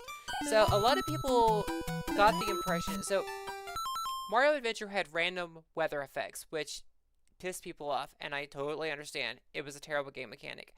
This game does not have weather mechanics. Well, it has weather mechanics, but it's not random. If a level has rain, it will always have rain. If it has snow, it will always have snow. But it also has like wind effects, and the snow particles actually move at a relative speed. So wind that goes to the left, the snow will blow to the left. If the wind is powerful, the movement of the snow itself will be powerful. To kind of give you a indication. So the stopwatch actually does this. Oh.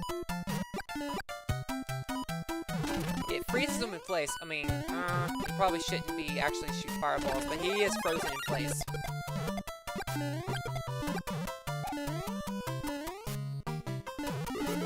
I will say the stopwatch was not tested throughout the entire game, so you may get some really weird effects. I'm not 100% sure. It's so many things are in this game. It's hard to test everything, you know, and every possible combination. Let's see, is there another one? Yes, there is another one. So I think if you go up here, yes, I knew it. Another. Oh no! Just exit out of it.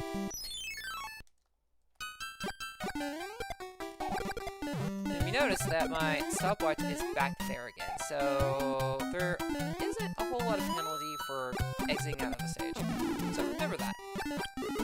Come on, come on.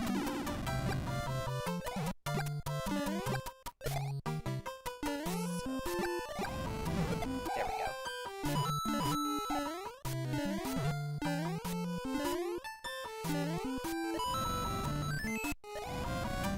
Go. Wait, across. Also notice there are foreground tiles. So that's one of those things that, like, I don't know. It's a big deal because you don't see a lot of foreground tiles in NES games. So you have a tree that's in the background and you have a tree that is in the foreground. And if you notice that this tree right here, the snow is not piled up, whereas this tree, you can see the snow is piled up. That's a little detail to, you know, I don't know, it's a little detail.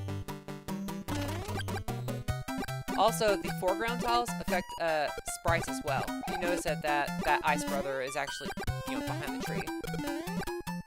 Oh yeah, Ice Brothers are a new enemy in this game.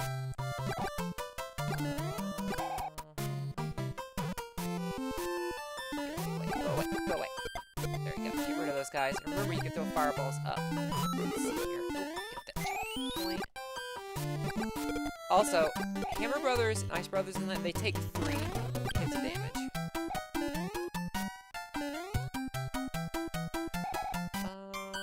What do I need? yeah, kill him. So I can grab that guy. And I can use that. No, no, no, no, no, no, no, no, no. Nope, nope, nope. Just go back. I always forget I can do that. Hey, you're almost 30. Well, happy early birthday, Indie Gotcha. Go, go, go, up, up, up, up. Okay, I can't calm it down. There we go. So yeah, the stopwatch will stop enemy movement, but it won't stop, it won't stop healing. No, the, stopwatch does not stop, timers that control things like shooting timers and stuff like that. Like if they're shooting fireballs, ice balls, what have you. Okay, and I keep doing this. Yes, thank you, Christopher. 30 is young. 30 is the new 20.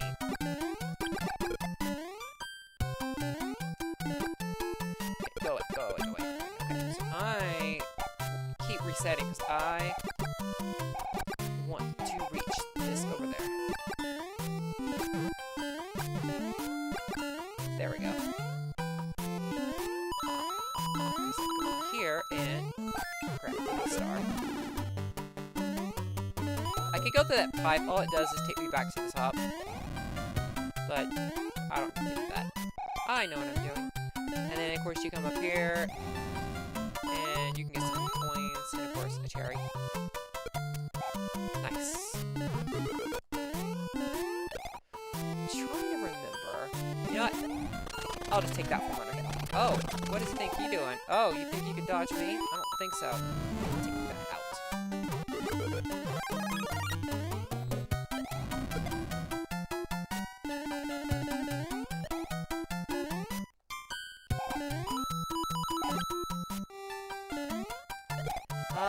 Yes. I remember. Oh, wait. That's right. Okay, so I will have to come back to this stage later to grab the star. There's a spring in here. I knew it. Yeah, so I remember when I started this hack, I was in my 20s when I started this hack. Holy crap! I was 29 whenever I started this thing. And I am 41 now. As I say that with a really low tone. Frozen Festive Frenzy. This is a cool Mario 2 Christmassy vibe. I love this aesthetic. Also, you have little presents on the ground, and when you go over them and press the B button, it opens up the present and gives you coins. So, the premise of this level is that you have a Lakitu who's throwing these ice blocks down. The ice blocks don't necessarily hurt you, but... Oh, shoot, we have snow guys too that throw snowballs that freeze you. But anyways, so yeah, the ice blocks do collect on the ground. And there are technical things that kind of prevent you from making a mistake and getting stuck in this level, because this level was tricky to design. So you basically have to use Lakitu to build like steps and bridges and stuff for you. So it takes a little bit of coaxing. Also, Shy Guys, throwing snowballs. Yeah. Oh, okay.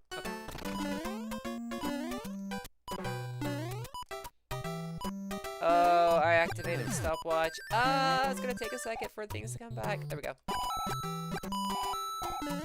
Presents, Christmas time. I actually designed this level around Christmas a long, long time ago, so you kind of get where that where this aesthetic was coming from. What am I doing? I have the ground. I always forget about that. Oh, I want up there. Here, throw a block up here. Come on. Thank you. Throw another block right here. Come on, Lakitu. Not right there. Right here. There we go. Oh, oh yeah, you could catch these. I forgot about that. Huh? I forgot that you can do that! You can actually catch... Okay, wow. Guys, yo, I totally forgot that you could actually catch the ice blocks and drop them down yourself. Oh my gosh. I can't believe I did that. I forgot that. Oh my gosh. Alright. Alright. I feel like a goober now. This makes this level so much easier. Gimme. Thank you. Okay, so I'm gonna say I am a freaking genius. I totally forgot that I can do this.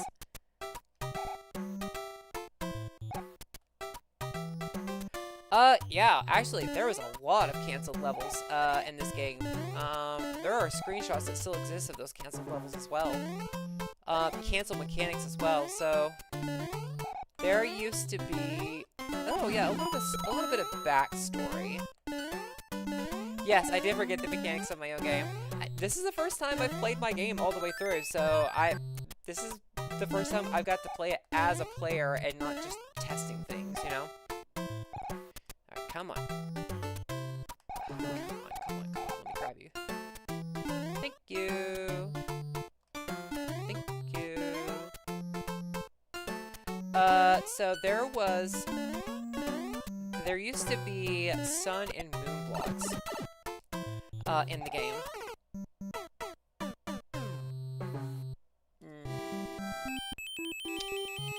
Let's do this.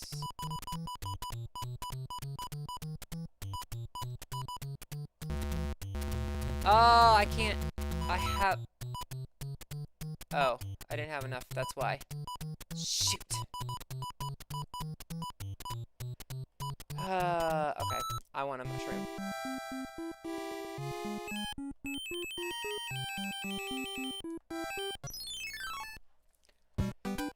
Oh, I am sure speedrunners will, find ways around this.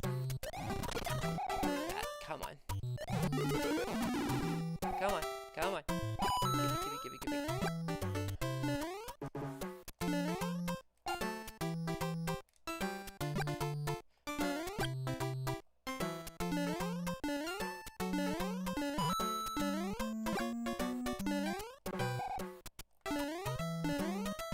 Go away, Lucky 2. Don't want you right now. So, yeah, speedrunners are gonna hate some of these levels because most people are used to just holding right on Mario games. However, there are speedrun strats that I purposely coded into the game so like, you know, like the, wall climbing that you could do instead of wall jumping with Ninja Mario. That requires some very, very precise timing. But if you're a speedrunner and you get that timing right, you're rewarded for it. So, there's things like that I kind of reward. There are jumps that you can make that are hard, and of course if you're a speedrunner, you're probably going to get them. I'm being way too careless. Oh yeah, I forgot about that. Gimme.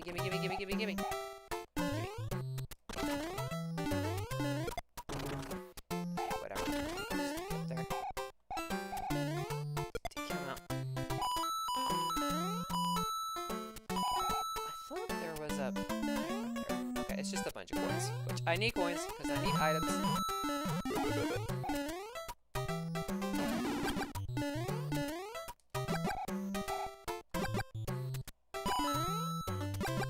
I'm trying to remember... there's a lot in this game I don't even remember now, so I'm like... Oh yeah, that's right. Come here. Gimme. I want the block. Gimme. Oh yeah, I totally forgot. Yeah, I keep forgetting. Sun and moon blocks. So, sun and moon blocks, they were solid, like sun blocks were solid during the day and moon blocks were solid at night. And the idea was you needed to replay a level, whatever. You needed to replay levels, essentially, during the day and night. Oh yeah, I forgot you could do that. Yo, look at me. Yeah, I'm just gonna damage boost off of that. Oops. Alright, at least I have that. Let me exit out of here.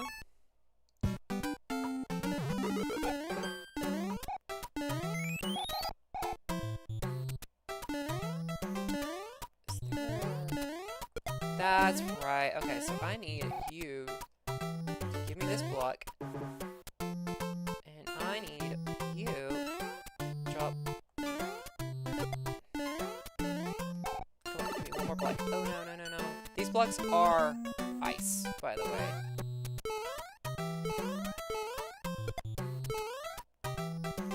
And then kick that over there. There we go.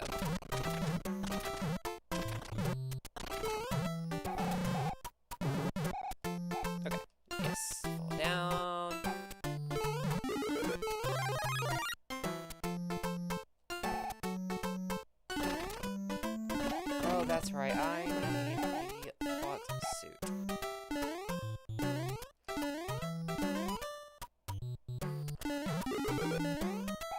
Or, there we go. That works too. No! Actually, yo, I totally forgot about that. Come here, Lakitu. Gimme. I need that ice block. I totally forgot that I could do the thing. I could use these ice blocks to break the bricks. Yo! Oh, come on. Give me another one. Come on. Let's go, Lakitu. Gimme. Run across, and then break the brick. And then run across. Come on, Lakitu. Gimme.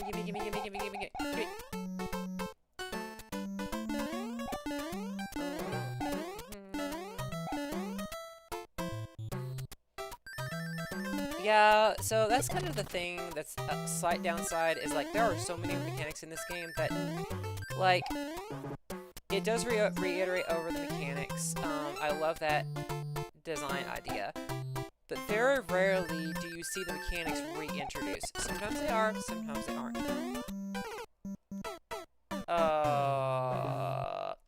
Alright. I'm gonna have to come back to this because I'm starting to get burned out on that level. I will come back to that level. Frigid, waters, Freezy, fling. So this is more Freezy, fling. This time, let's see here. What is inside there? Nothing. We have more Freezies, but this time, so this mechanic returns again, but this time it's, we have a Lakitu that is throwing Freezies. So, yeah, that is a whole thing. That, so I'm pretty sure that, yes. Freeze. Get in there. Let's go down. Right here in the center is a hidden star.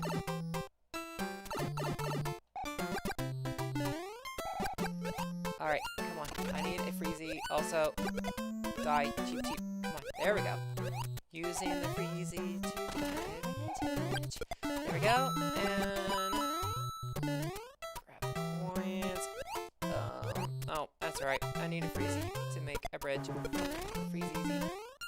Easy Freezy. Easy Freezy. Beautiful. Give me now. No. At least the Freezies don't hurt you. Also, remember, fireballs can melt ice. I need you over here, not over there. Give me a break, dude. I'm tired of you. Oh, that's right. I always forget that, too. Okay, there we go. Oh, it's just another fire flower. I already have a fire flower. Why would I go for a fire flower? I already have a fire flower. Okay.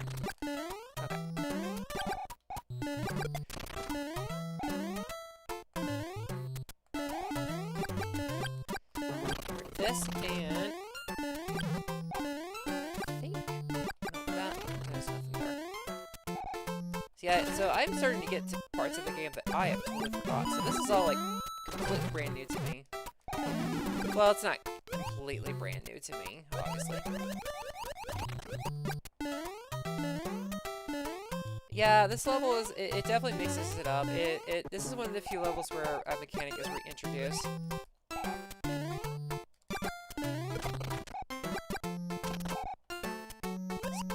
Down here. And then go. Yo! So that part of the game reminds me of like the parts in Mario 3 where you would go into on a pipe and get all the coins and get like a Tanuki suit on the other end. And that's actually what I was thinking about whenever I designed that section. Okay. So there is a method to my madness about the magic stars. So for most of the game, one of the magic stars you can usually get without any of the power-ups. The second magic star usually requires one of the power-ups, and the third star requires the other power-up.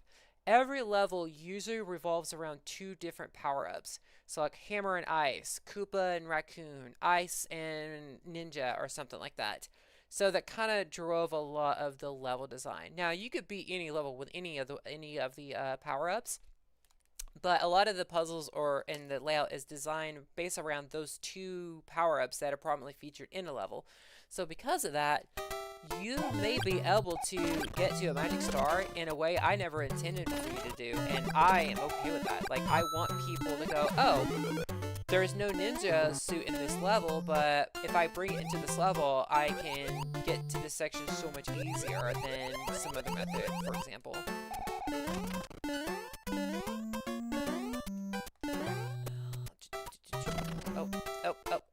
Hop out.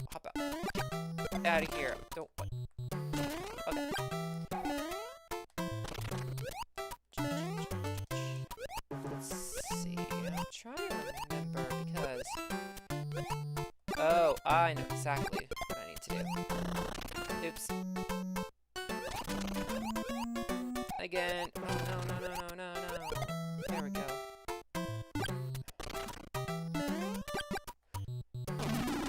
Oh no! Okay, that was an example of what happens if a solid block forms on Mario while... Oh, go away! Leave me alone! I need to get up there. Nope, I'm not gonna be able to get that because I needed the hammer suit. So, forget. I don't think I got the checkpoint.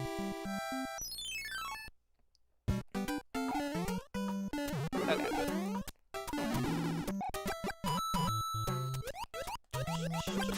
Now that I know what I'm doing, I will have a much easier time with this. Okay, flower. Let's go down there. Go down the pipe. Grab the star. Where are you? And gotcha. Awesome. Here. Come on. Gimme that. And you can also use the boost of the Freezies to get up to like certain ledges a lot easier too. So that's another speed strat for you professional speedrunners. I am not a speedrunner in any way whatsoever, but I do play them on TV. Speaking of speedrunning, I really hope this game gets picked up for GDQ. I would be so elated. I have seen 3 makes on GDQ. I have seen... I want to say I've seen the original Mario Adventure on GDQ.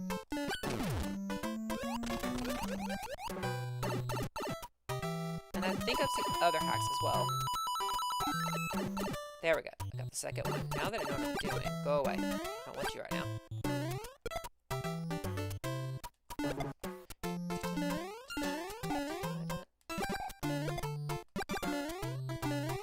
Now I need...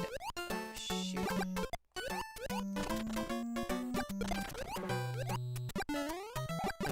that I have him, I don't want him. Instead, I have an ice bridge over there.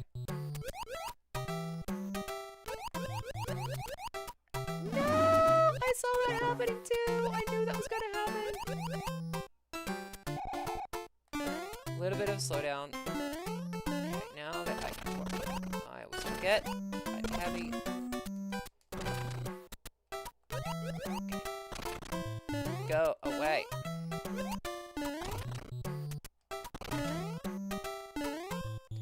Oh shoot, that's right. Son of a biscuit. I need...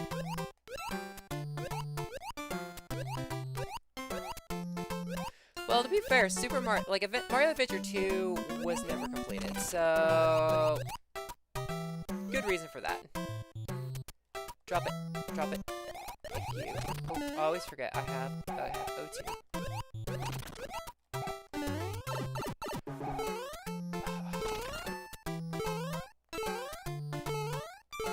So one thing to remember about the Lakitu is that he will move up, but he does have a bit of delay. So I always have to remember that. Oh, shoot.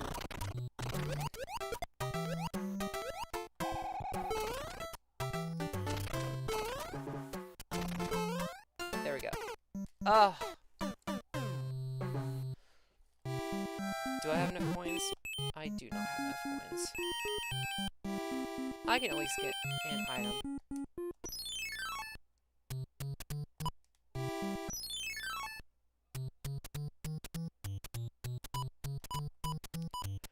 Let's see here. So I've got... Okay, so I've got the mushroom.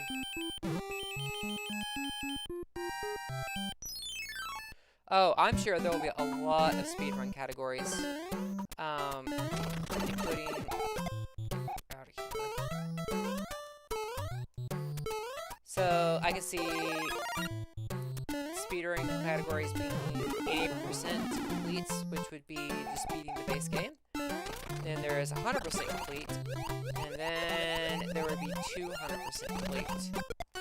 Which I guess is true 100% because there is a secret boss battle. And the only way you can get it is if you get every single star in both quests. And if you get every single star, you are treated to, I think, the coolest boss fight in any Mario 3 ROM hack ever.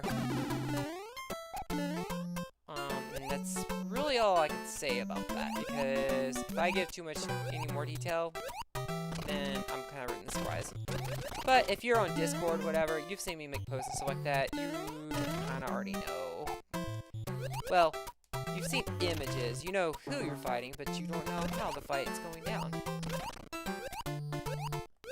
I will say, though, that the story does indeed matter.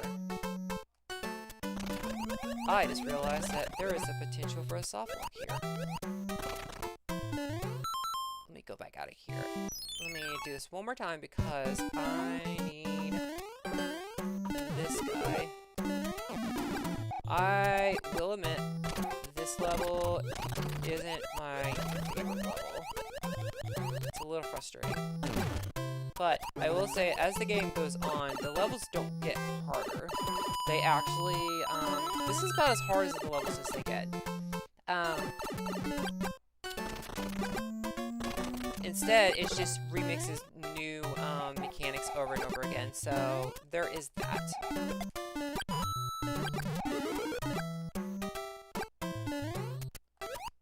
Ha! Ha! Mario Adventure 4. Ha! Yeah. I'm gonna be taking a break from ROM hacking for a while. I don't know if I don't know. I've thought about other, like, smaller ROM hacking projects, like, doing things, like, adding some good, quality of life features, stuff like that, to the base Mario 3 game. But it seems like that already exists. I've seen, like, people playing things like, you know, quick deaths, no intros, and stuff like that. So that will be a project that I'm not doing. Oh, come on. Oh, yeah, I always forget. I could do the ground pound. Jesus. What's wrong with me? So I remember I need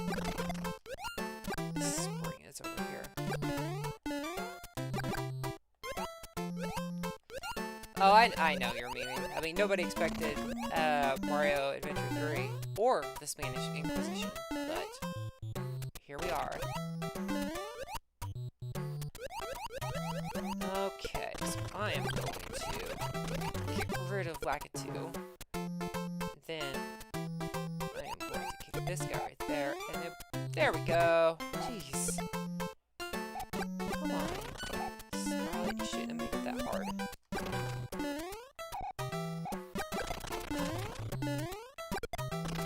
That's right. Oh, that's right. I need to go grab this spring again.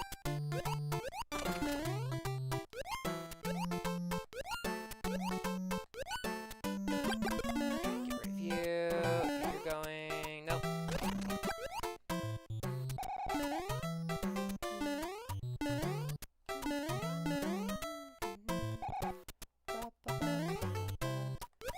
Okay, grab this. Give it. Alright. Yeah. I will say though, I will be making improvements to this game, based off level design and stuff like that. Like, I can already tell, like, alright, I want to go fix this level. So there will be, like, patches to the game to fix soft locks, bugs, make levels a little bit easier, more bearable, and stuff like that. So, 1.0 or 1.01 will not be the final game at all. There we go. That's right, gotta build the bridge. So, this guide will be a little outdated as I make updates, but, you know, it's okay. Okay, now that I got that, let's go ahead and finish Frozen Festive Frenzy. Oh, wait, actually, oh, well, that's a cool little, trick that I forgot about. Ground pounding into a frozen state is totally a thing. Go.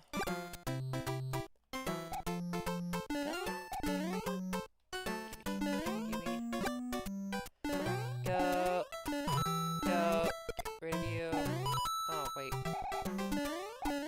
Cool. Have a good night, Indie Gotcha. Indie Gotcha. Kind of sounds like Indie Gotcha, but not really. Gimme. Okay, high spot. That's what I need.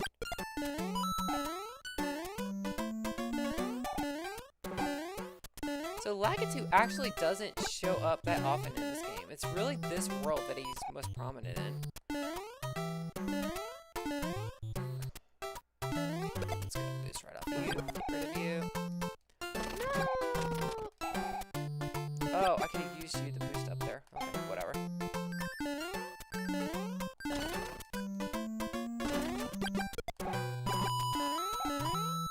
Yeah, this Lakitu was fun to code because he has more sprites in his cloud thingy. And I always forget that base Mario 3 Lakitu, he just kind of goes into his cloud and that's it. But in this version, he actually like shows the enemy or item that he's about to drop, which is really cool. I always forget that. That's right. Also, duh, he is vulnerable to his own.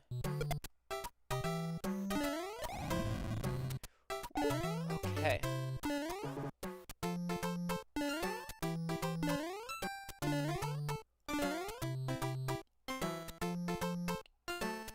Okay, got that.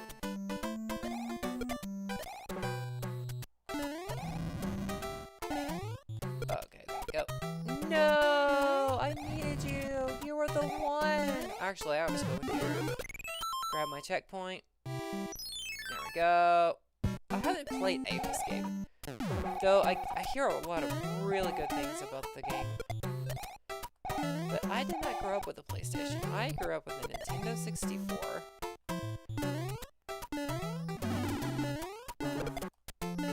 I grew up with a Nintendo 64, games like GoldenEye. Well, that clipped right through. Never seen that before. Yes, we are doing a Mario. He is shaking his hips from side to side. And go. Oh, yo, let's do that. There we go. That makes this section way easier. There we go. There we go. Okay, that's so much easier when you actually have this. Alright, have a good night, Indy.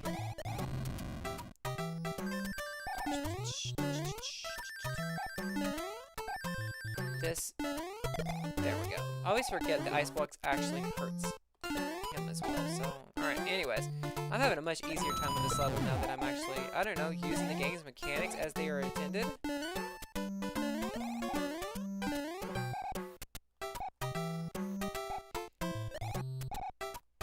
I have not played any Mario hacks, but that is just because, you know, when you have a few hours free at the end of the day, you go, oh, cool, look at all these cool little ROM hacks I can play. Oh, never mind, I have my own ROM hack I need to be working on.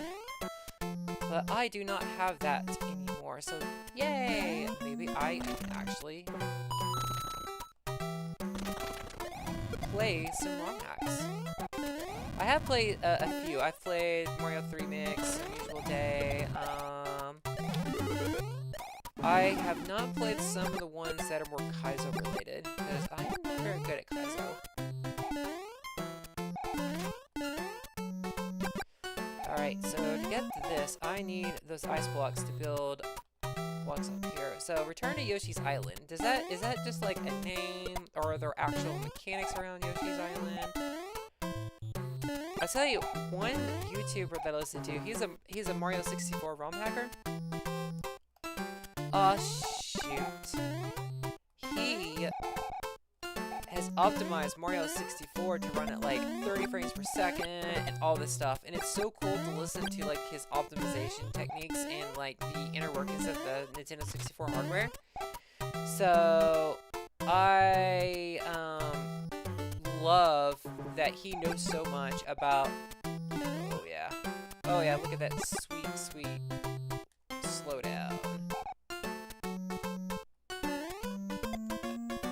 This is the one few times there's a lot of slowdown, but it's understandable why there's slowdown. I mean, there's like a lot going on right now, so it's fine. There we go. There we go. Because if you kill all these guys, yes, K's, that's him.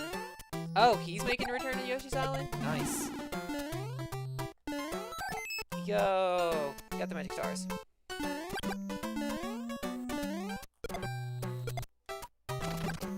That's right. This level's very much aimed at these.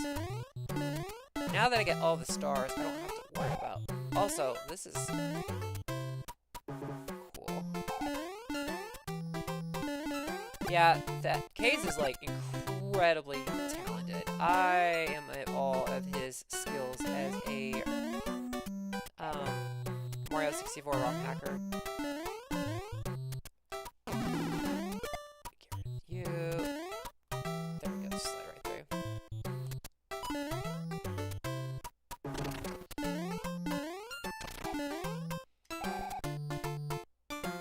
Okay, come on, Lakitu, get back down here.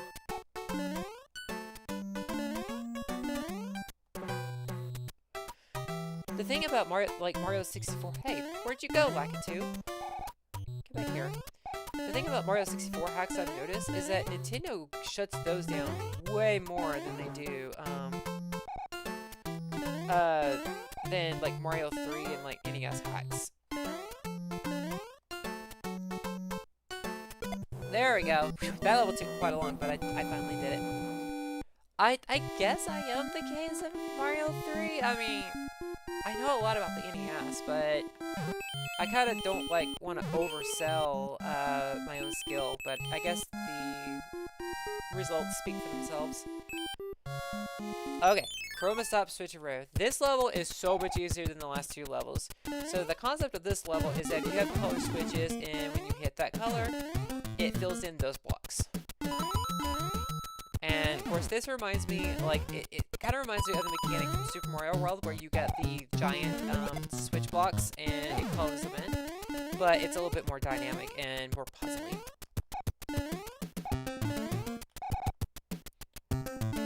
So let's see here. Mistaken. Yo, get a cherry up there. And then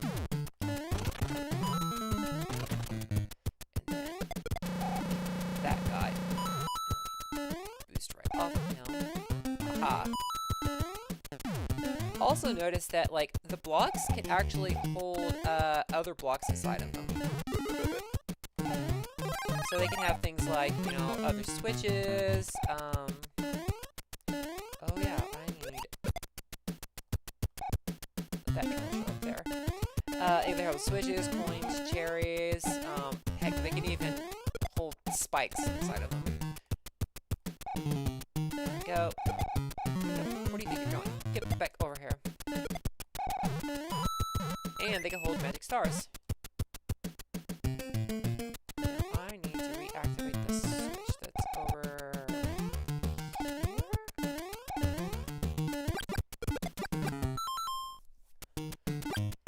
Well, the tools for Mario 64 are way more robust than they are for Mario Bros. 3.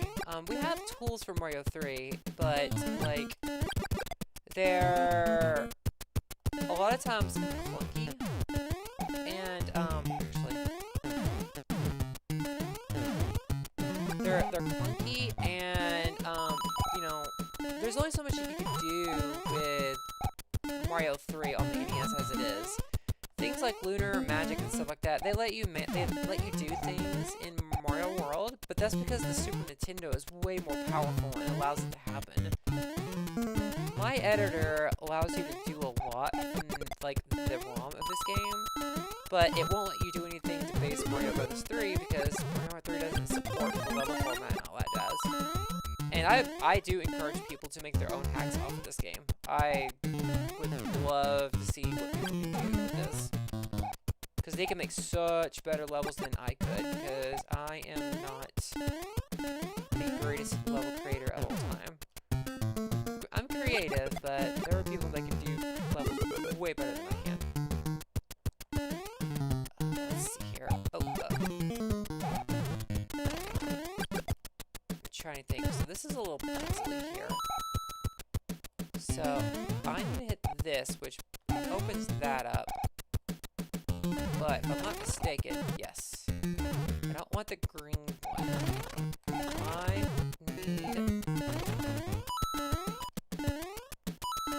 Okay, so I could hit that green one, but if I'm not mistaken, yes. See, if I had... Pretty sure.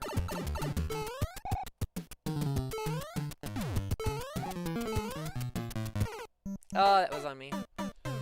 I was being a little, I was goofing around a little bit too much. Also, another speed strat, because I keep forgetting I'm supposed to be telling people about,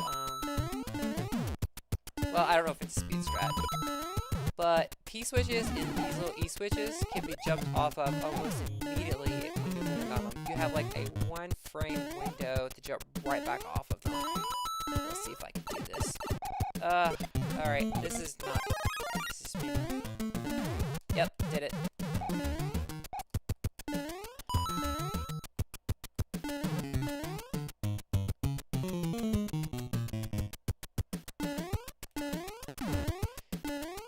Yeah, so I actually use FCUX as my primary tool for this.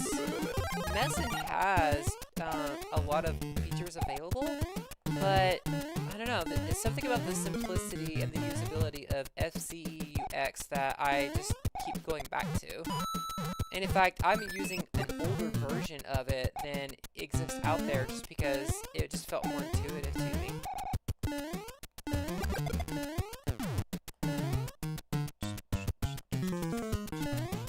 Yeah, I really do hope people do use this base hack to do some greater things. And, I mean, the code is going to be released to open source, so people should be able to edit it. Good luck adding anything else to the game, though, because I was running out of space in so many scenarios. So, like, I was coding the final boss of the base game, like, if you don't 100% it, and I ran out of space to end the game, so I had to find, like, more space to end the game and do, like, this really weird hack around it to, get the credits to roll. But, y'all, the credits, oh my gosh, so cool. So cool what the credits actually do.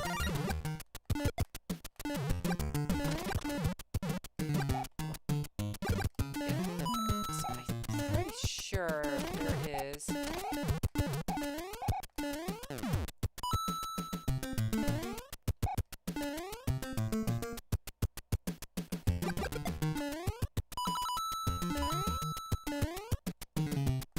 Oh! Oh! Wait. No. I think. So I gotta get rid of the green, which means there's a red switch around here somewhere. And I killed... There we go.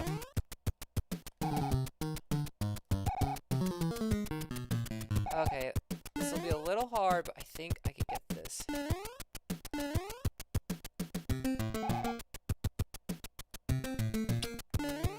I really need that shell.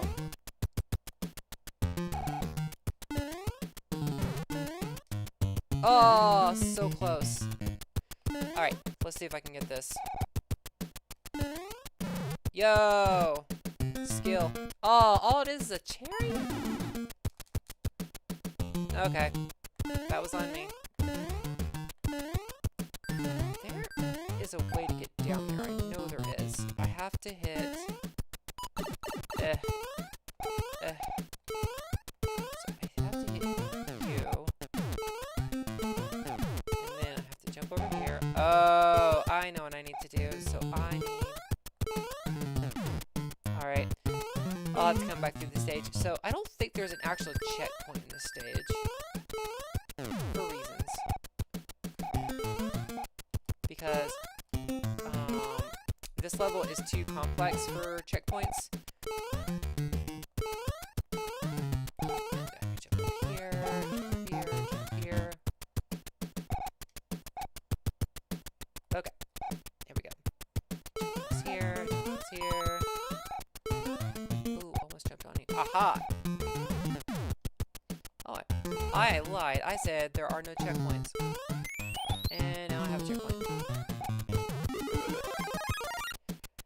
So, if I'm not mistaken, now that I've hit the red one...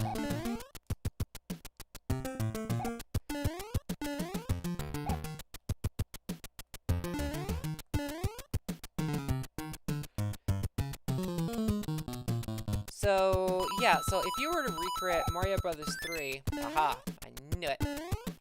The levels of Mario Brothers 3 in this game's engine, yes, it would run much faster. So whenever I put in the collision optimizations, I had 5 enemies on the screen without any slowdown. But that was before I put in, that was on me, I jumped too high. That was also on me because I thought I could damage boost through. But yes, I had 5 enemies on the screen, and it wasn't causing any slowdown, but it became slowing down. It started slowing down again whenever I coded the check for enemy stacking. Just because it's doing more collision detection stuff, and it has to reposition itself and all that jazz. Another little optimization trick that I did was that the game will actually essentially cache the position of an enemy. So, okay, so every frame, an enemy has to... It basically recalculates its bound box, like how big is it, its hitbox. And when it recalculates its hitbox, it has to... Let me go ahead and grab this so I don't do that. Anyways, so whenever it recalculates its hitbox, it has to do all these other calculations to know, like, is it on solid ground? Is it on, oh, that's what I need to do. I need to time hit this. So, when it hits this, nope.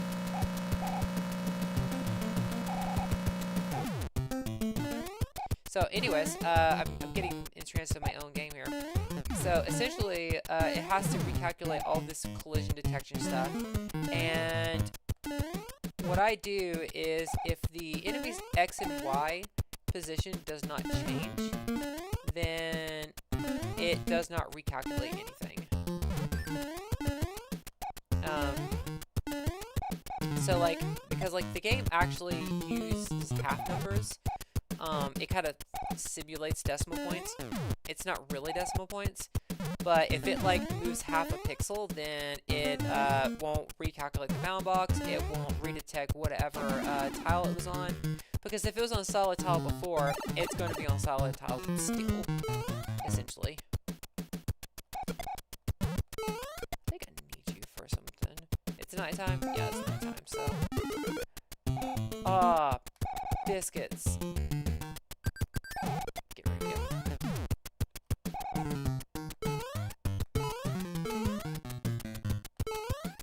I suppose I need to go back up here and hit the green one again. I done messed up. What other optimizations? I've made a lot of optimizations. Optimizations are essentially about what assumptions you can make about the game. Oh, this is puzzling. So I can hit this. Oh, this is a real puzzle. So if I hit the blue one, it builds the bridge. But I don't want to build the bridge. I want to hit the red one. Or do I? So that opens that up. What I need is this. You hit that. And then I need to use you. Nope. I need to carry the spring. And I need to come back over here. Hit the green one. Oh wow, this is like a real puzzle. And I need the red one. Nope. Red one blocks me up. Blue exposes it. And then I go over here. Aha. Hit the red one. Bounce, bounce, bounce. And now...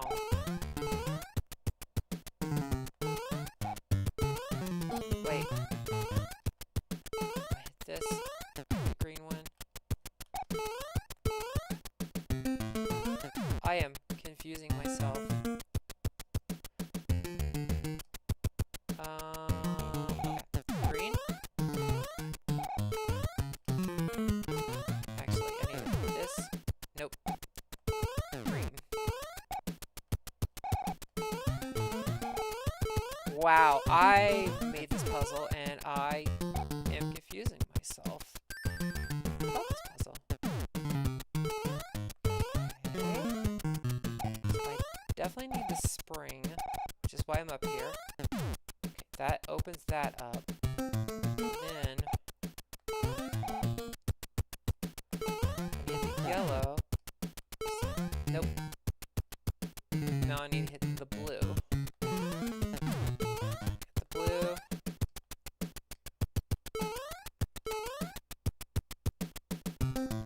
I am missing something here. Why can't I?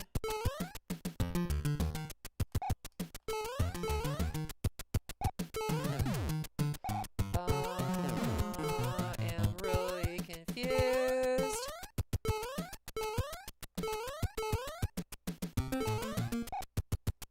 Oh, wait. Because I need to hit the green to get across. Oh, I totally forgot about that. Oh my gosh. Yeah. Hey, Steven. I am confusing myself with my own game mechanics. So there's this whole puzzle here, and I totally forgot that I have to clear the green block so I can come over here. So actually, I now need to activate the red block. Okay. Now, and then I can use the spring to safely jump across. Wow, this was elaborate. And now I can jump up here. Grab. There we go. Kids, do not play Mario Adventure 3 on Sunday nights.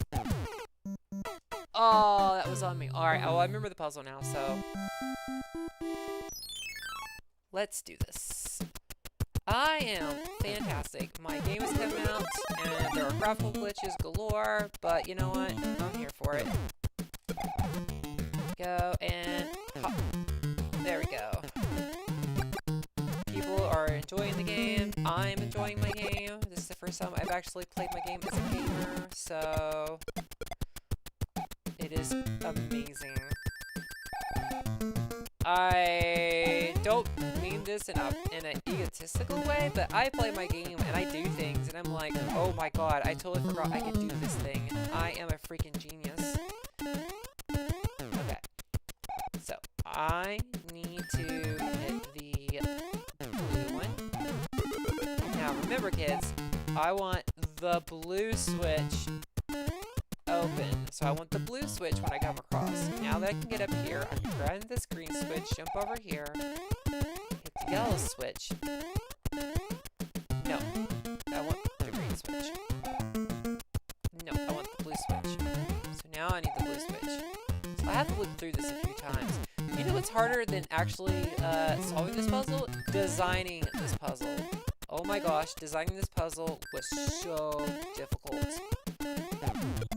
That, hop over, now I can get across, and now that that's green, or it's red, now I can grab this.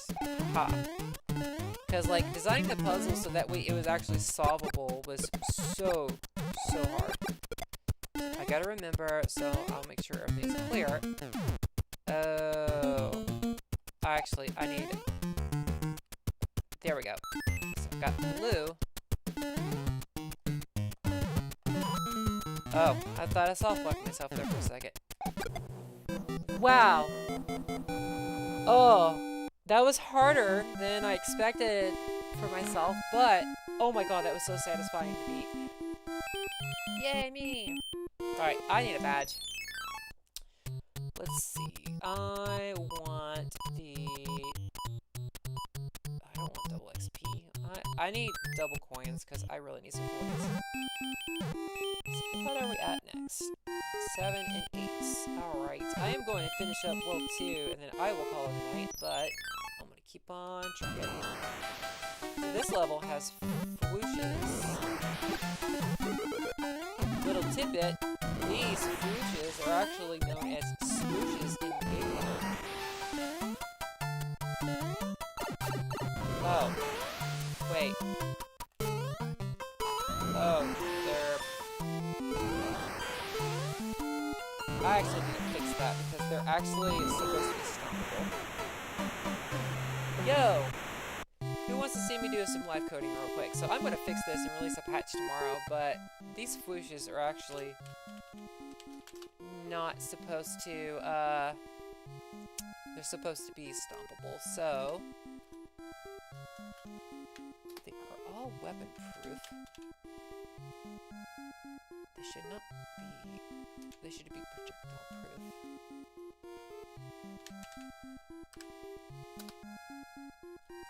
Alright, so I am fixing that. Ha ha ha, there we go. For those who have played this already and got to this part and was frustrated by it, I am so sorry. Those are supposed to be stompable. So, I fixed it. Sorry about that. Late game bugs.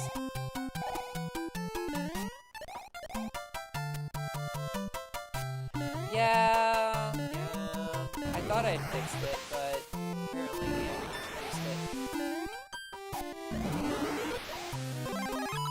I will say, quite a few bugs were introduced late game due to the very final level of the game. The very final level of the game...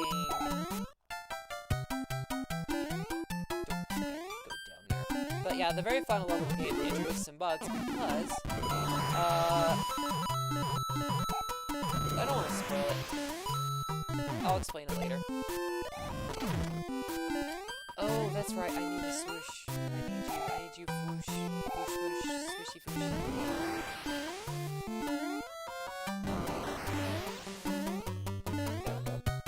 Blow me. Good blow job there, whoosh.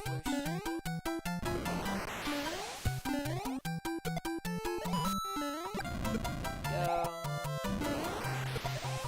Oh yes, this level is the very first time you see this level. Just grabbing a key and... Get away. It never moves the door like that. Yo, there's a really cool level in the second quest. It's only in the second quest. But it's really cool because it makes use of that mechanic in an interesting way.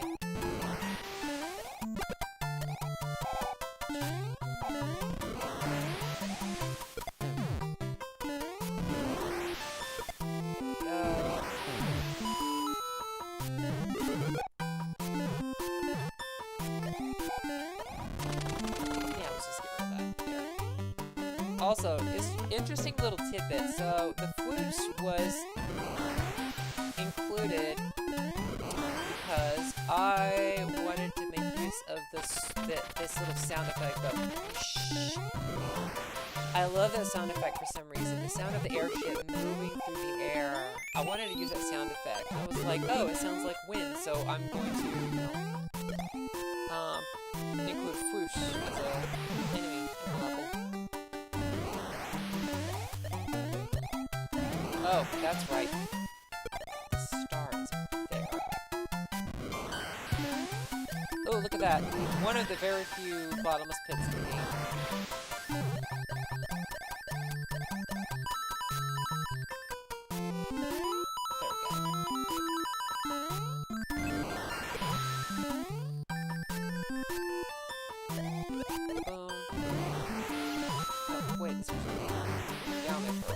Oh, zero both sides, that's right. Yeah, so these two blocks, just a little hint, are not there in the second quest. It leads to a completely different section of this level. Oh, moving away from my coins. I wanted those coins, thank you very much.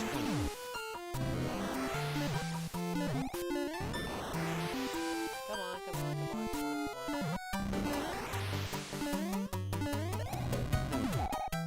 Go away.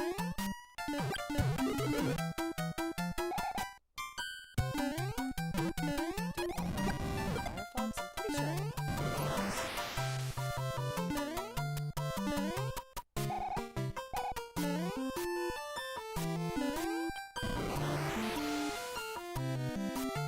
Yes. I know exactly what's going to happen here. So I'm going to leave this piece switch and race it over. Nope, nope, nope. Definitely not enough time. So I'm going to sit here and wait. And let's try that again.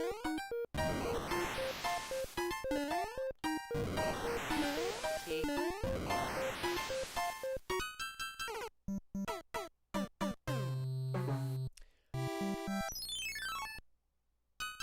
Thinking really hard about that. I don't like that. That was not as intended. I don't know what my intentions were. Like I said, this will not be the final version of the game, so I will be making some changes to correct bugs and flow design issues, etc., etc.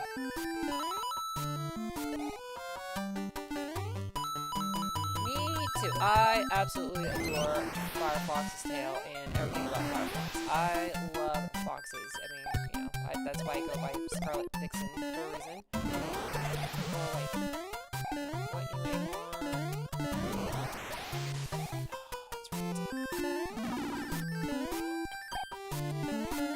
Not hard. Just rushing it. And then there's the rest of everybody else. Don't rush. There we go.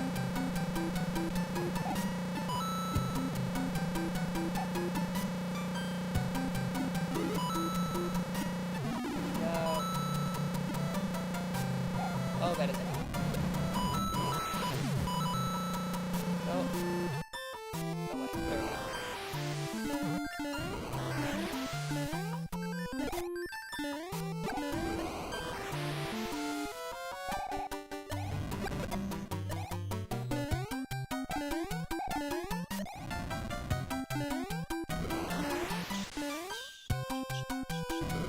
Probably make this section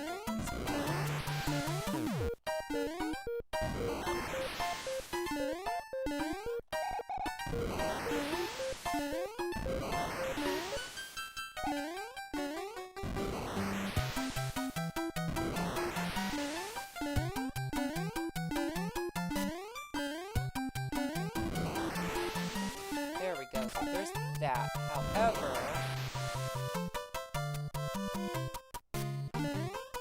pretty sure the third star over here.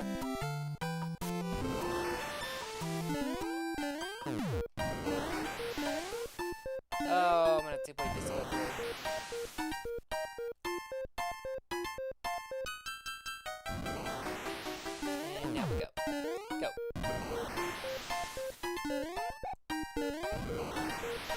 Oh, I was almost there. Alright.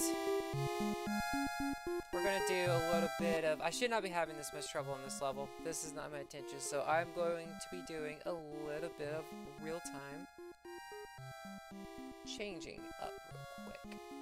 Frenzy. I'm gonna open this up in my little level editor. I go in here, and I'm going to make a couple changes. And I'm looking at a totally different screen. Please don't be broken. Okay, there's that. That's easier. That's easier.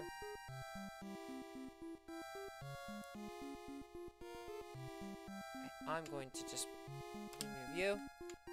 You. And I'm going to move you over there. Okay. Reload the ROM. There we go. Once again, live coding session. Alright, so this should be significantly easier to deal with. I freaking love the Game Genie. Oh my gosh. I remember, like, getting the Game Genie and using the Sky Jump code on Mario Brothers 3 and, like, just putting in random characters and stuff. And then, like, I remember whenever I learned as a ROM hacker how the Game Genie worked, and I went and made, like, all these cool little codes, like, I made a code for Mario 3 where fireballs turn everything into ice. I've made that. There was a random explosion, I don't know why. That was weird. Go. This actually should be way easier to deal with now. That push is not there for no reason. This guy here.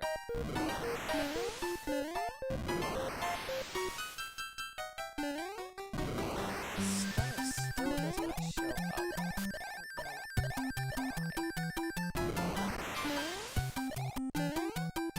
I might have to do some further alterations because the star should be showing up right here. There it is.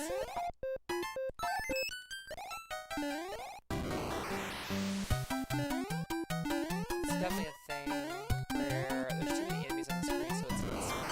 That's the real reason it didn't show up. Oh. Sorry, let me turn the audio down a little bit. Hopefully that's a little bit better.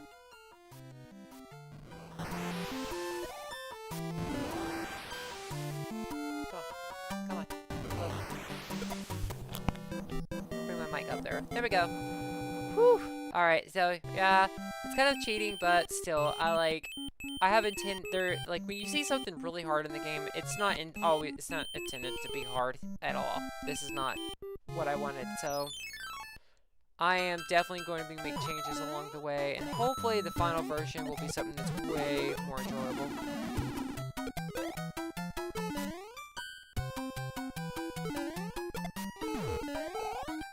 Oh, I remember, I never had an action replay, but I wanted one so bad because I would see the codes that they had, and I'm like, oh wow, look at all of these things that I can't do with my Game Shark or Game Genie or whatever.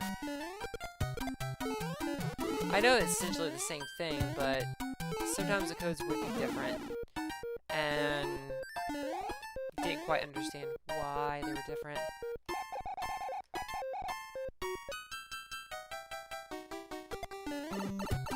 I am using a controller. Oh, if you use the keyboard on this, God save the queen. I can't do keyboard-based playing at all. Also, these little chickens are the Link's Awakening version of a cuckoo.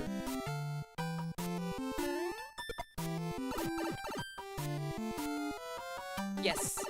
They are known as, in the game, I call them roosters. R-U-S-T-E-R. And like I said, they're based off of the cuckoos of Link's Awakening. You notice that they're hopping around, but the moment you attack them, they come back, and they come back with a vengeance. They fly at you. So, a little reference to Legend of Zelda there.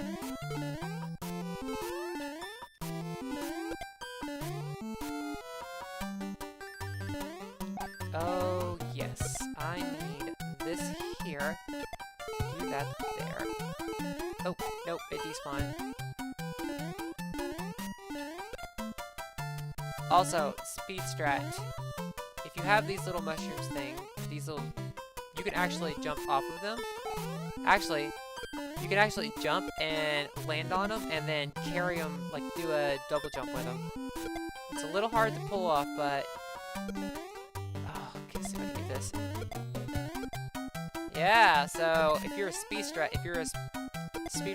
just jump right up. Go jump, jump, jump. So, yeah, that's not the intended way, but if you're good with your timing, you can do that.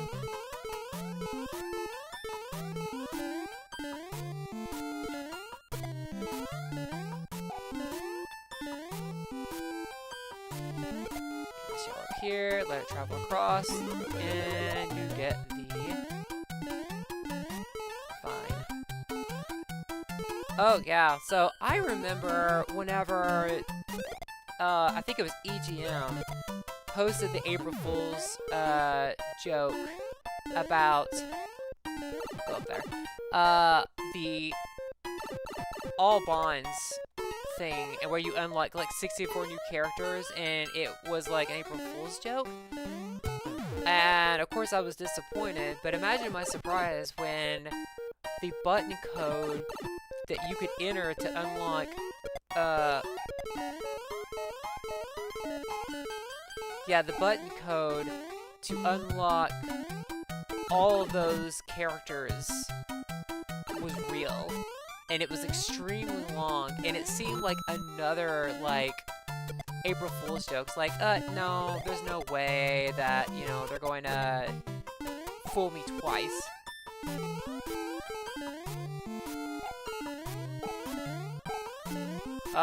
Yes, the Street Fighter 2 and all that jazz.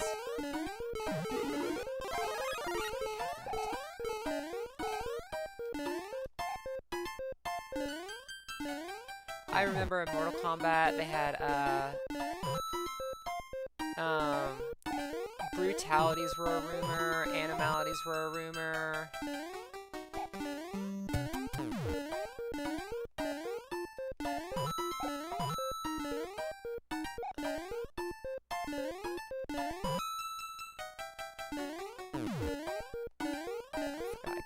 Bridge across real quick. I am not getting that second star yet. Where are you? Jump across, there we go. Nudalities were a thing that was often rumored for Mortal Kombat. Ermac was a rumor a lot of times. So there's a key switch over there. Where is... Oh!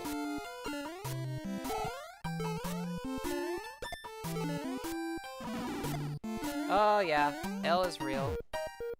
I remember that.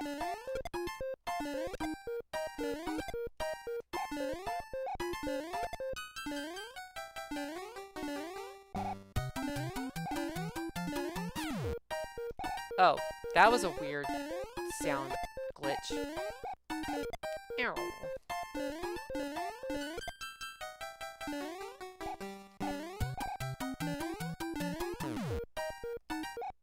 What's really crazy though is that like when you started getting really big with like speedrunners and stuff, well not speedrunners, but like people who could like do glitches through gameplay, like game manipulation, and then you would get things like you could actually get Mew in Pokemon Red and Blue. Like, I was like, the first time I heard that, I was like, no, there's no way. And sure enough, it is real. Oh, gotta remember.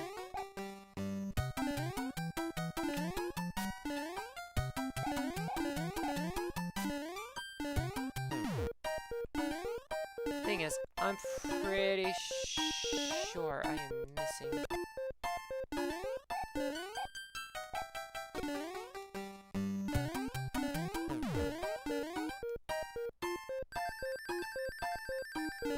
Come on. Okay, this is where first time get green coins.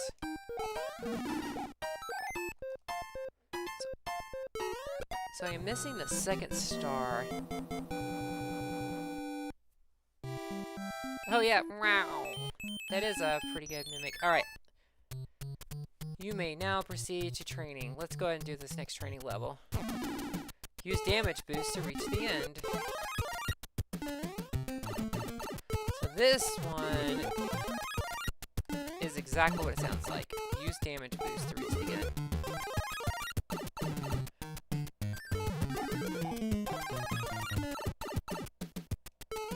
Oh, shoot. I love these training levels, by the way. These training levels were so fun to make because they have completely different mechanics than what you would normally see in a Mario game.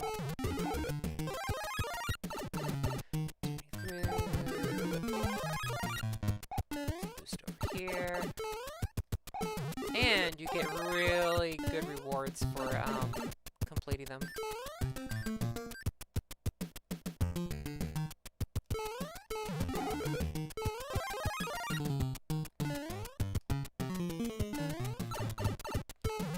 So, oh yeah, so these mushrooms, these power-ups and stuff, there is an actual predictable way of knowing what direction a power-up will go when it pops out of the box.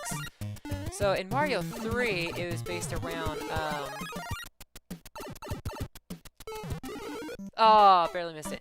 So in Mario 3, it was based on the side of the block that you hit on would determine the direction that the power-up will go in. In Mario Adventure 3, the time of day will determine which direction the power-up goes in. So during the day, power-ups go to the right, and at night, power-ups go to the left. So you can know what direction they're going in, but you just have to pay attention to, you know, what time of day it is.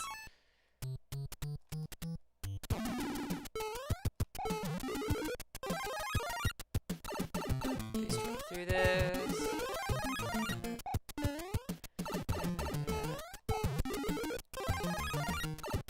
I do like that insult though. I'm gonna.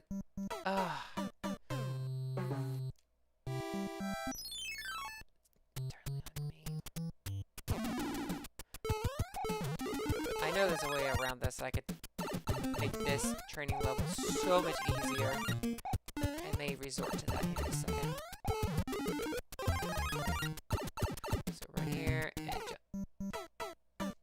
I got that no problem the first time, so why am I having difficulty with it now? We're gonna fix this real quick.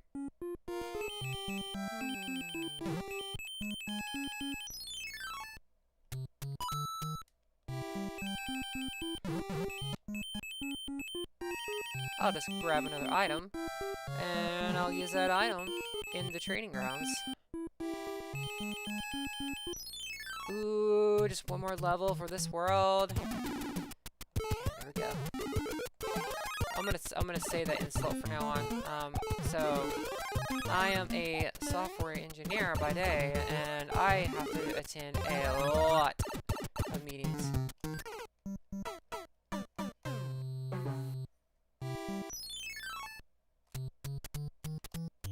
I may have to adjust this because this is taking way more time to complete than it should because I made it a little too long.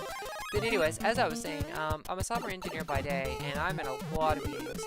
And there are a lot of times where I'm like, I get irritated by people, and I'm going to change this level real quick. I get irritated with people, and I always think of like some offhanded comments I could say to them without actually getting in trouble for saying what I say.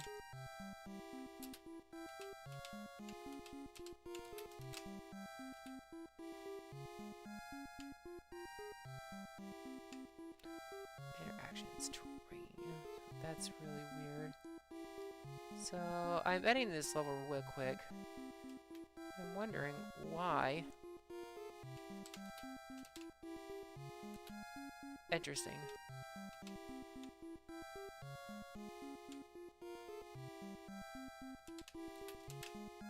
Okay. Fixing the level real quick. Done. Let's refresh the level real quick. There we go. This should be a little easier.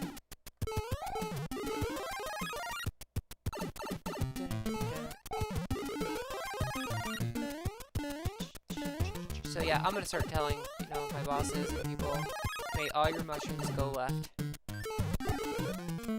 See, it's nighttime and they're going left.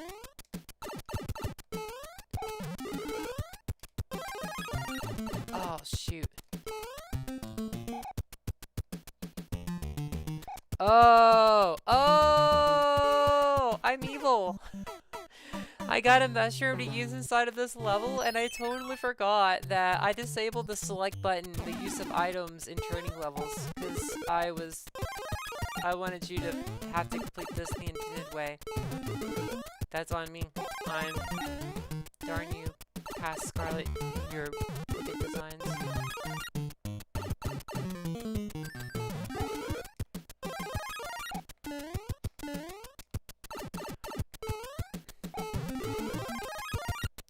May your final boss rooms not have full ammo and health pickups.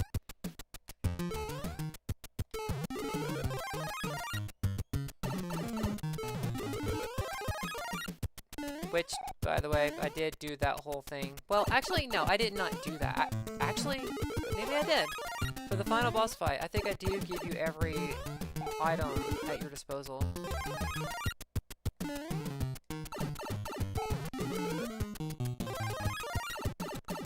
Oh no, I'm not gonna make it. I knew I wasn't gonna make it.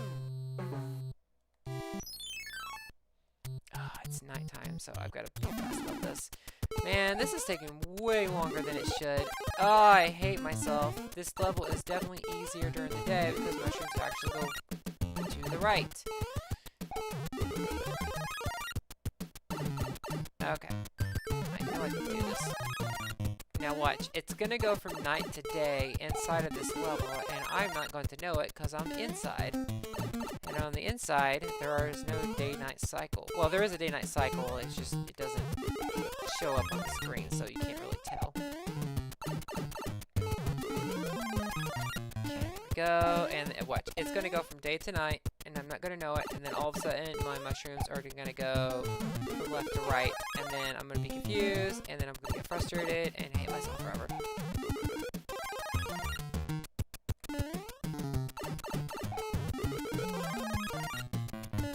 That's right. We're supposed to damage boost and jump off the block. No! Oh, it's the end! Yay! I made it!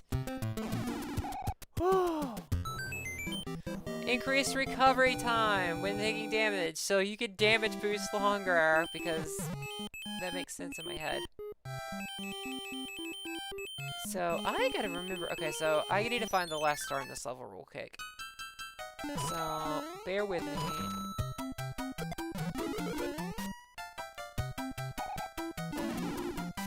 So, a little story about these little enemies, the roosters.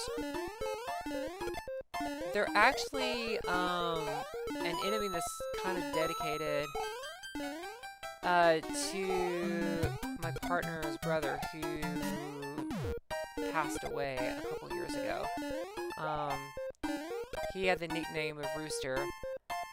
And I thought, okay, cool, well, I want to memorialize him somehow, and decided to create the rooster based off of his name.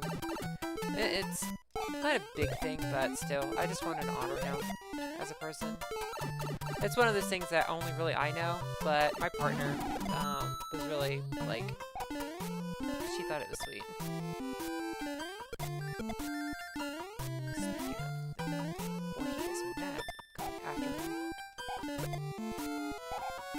Did that stand in place? Yeah, this game definitely challenges you. It doesn't, You can't just hold right and bop everything. There's a lot that you have to do. Go. Biscuits.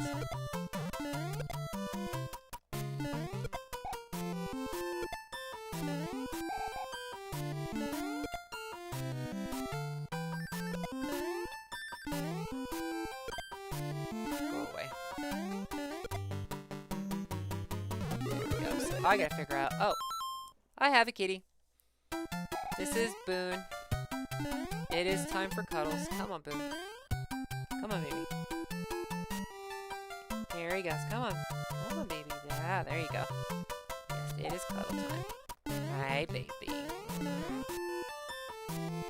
So, I'm trying to remember where this last star is. Where are you? The second star. Oh, I had a checkpoint and I despawned it like a goober that I am. Hi, baby. This is Boone.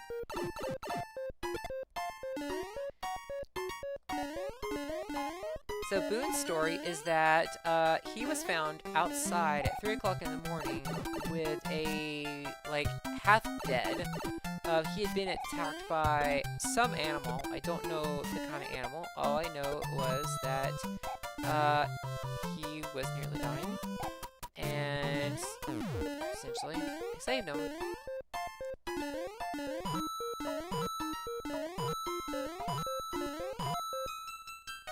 And ever since then, he has been attached to me at the hip. Because he is baby. Aren't you, Boone? Yes, you are baby.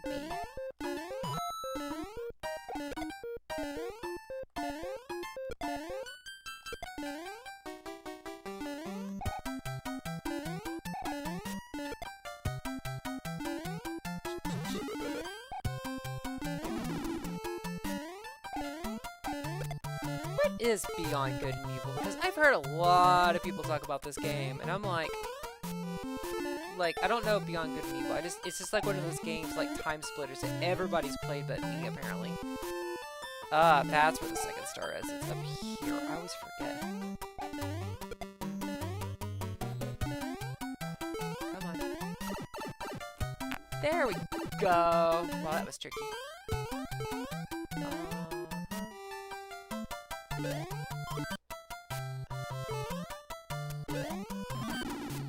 There we go. There we go. That one. Oh, come on. Oh, I gotta go through the whole rigmarole again. That's fine. No, go away. Let's jump here. That. Get that up here. Hop, hop, hop. Snap in place. Hop, hop, hop. Alright, come on. I'm gonna use Frog Mario. There we go. Now I can build this coin bridge a lot faster. There we go, and there we go. There we go. Got the second star. Now I can complete this level a lot faster.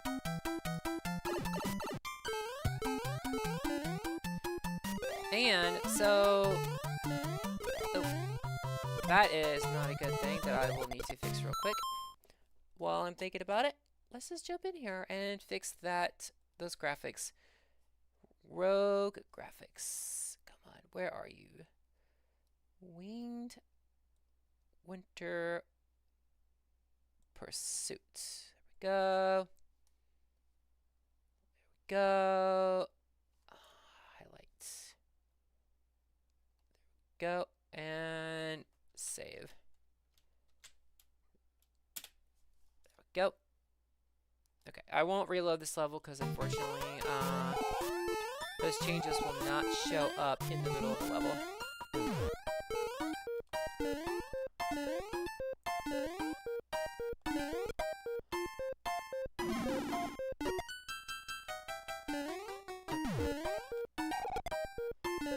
Nope, I need you right there. No. So these checkered tiles was a way for me to know what tiles had not been used yet for the graphics. So Mario 3's X's, I used checkered tiles.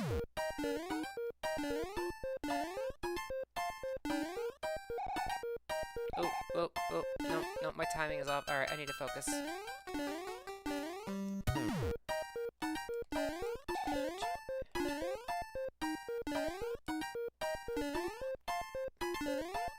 That's alright, Mel. I will be uploading this and cutting this up for guides for later, so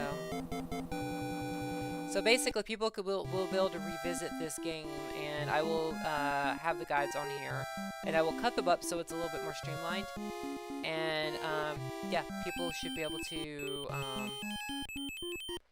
use it as a strategy guide. Also, what? I need 4,000, alright, to gain the next ability. 368. Okay, what is this level? Fuzzies on the fritz. Yes, I've heard that Time Splitters was basically a GoldenEye.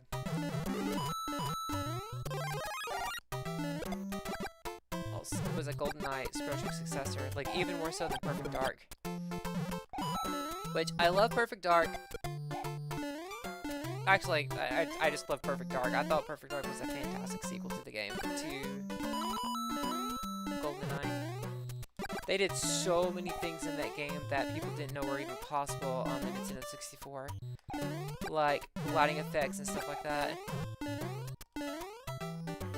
I hear you, baby. I have another cat. I have like a lot of cats.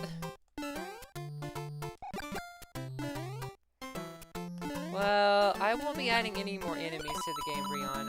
The game is done, other than some like minor alterations to levels and bug fixes and stuff like that. What you see is pretty much what you're gonna get. There are some more Mario World themed enemies in the game. So there are Monty Moles, they're in here. I won't spoil everything, but yeah, there's more. Obviously, Fuzzies. Fuzzies are in here. No! I needed that fire flower. Oh, shoot. I am not going to damage this thing, because that is where I need. Maybe I can get a fire flower somewhere else right here. That's going to be Fuzzies. Checkpoint, so. Grab the checkpoint. I'll just exit out of this. Oh yeah, the far future year of 2023! There we go. Hey, but Perfect Dark made like the best use of the expansion pack. And boy, it actually showed. They did more with the expansion pack other than, oh, you can have a higher resolution with more frame rate. Because I did not use the high resolution because I wanted those extra 2 frames a second that you could get. But I remember, like, there were so many game mechanics in that I absolutely loved. And the one thing that I am disappointed about Perfect Dark is that they canceled the little feature for the Game Boy camera. Anybody have a Game Boy camera? Oh gosh. First digital camera I ever owned. That Game Boy camera was so fun, like taking pictures and doing little animations, and then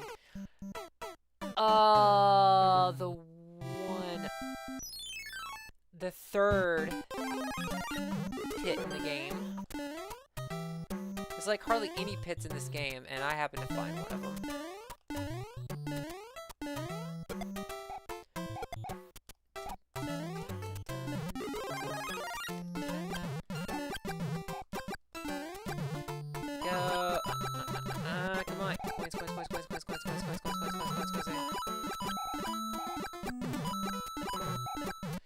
So, Perfect Dark would not let you play the single-player campaign without the expansion pass.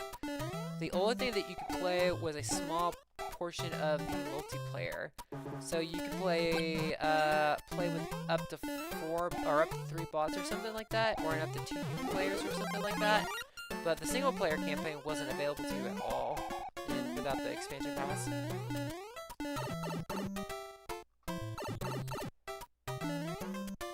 Ah, that's right.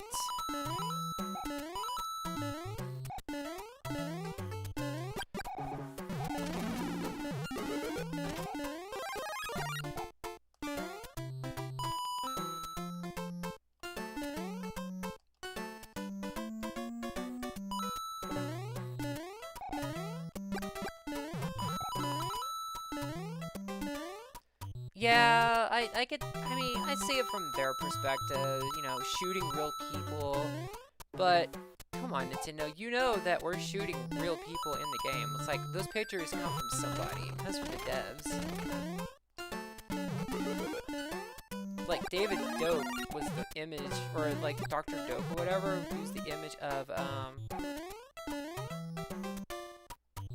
one of the developers. Actually, a lot of the game used the images and the pictures of the developers. I'm pretty sure I missed the magic star back there. So, I'm gonna exit. So what I'm gonna do is I'm gonna go back and make sure I have a fire flower to use to make my life a little bit easier.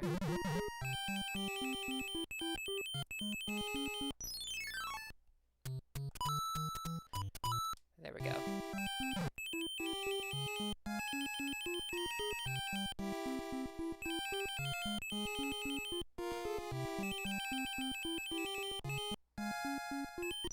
That should make life a little bit easier. Now,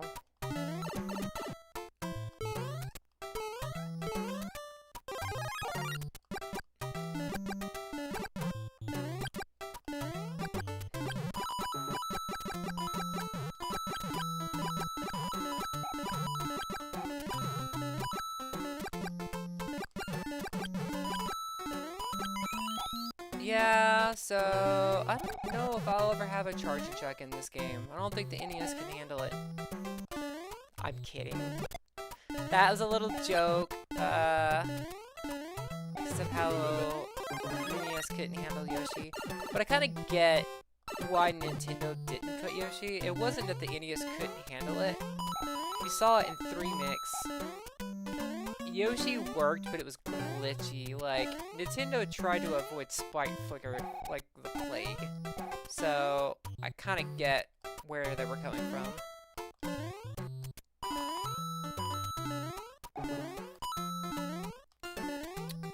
My favorite Mario character.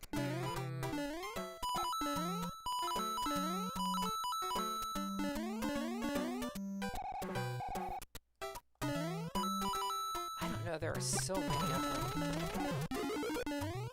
I do not want that. Nope, I don't want that yet. Oh, like it really mattered. Fine. I will come back later. I'll just replay this level later.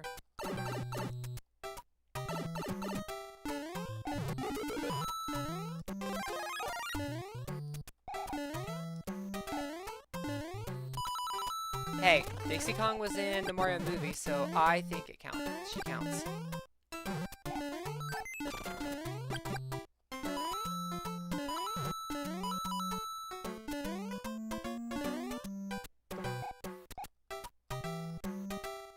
Ooh, swinging platforms.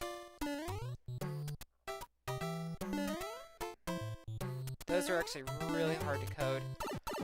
Again, pretty much anything in the game... Oh, wait, I got the second star just now. I thought that was the third star.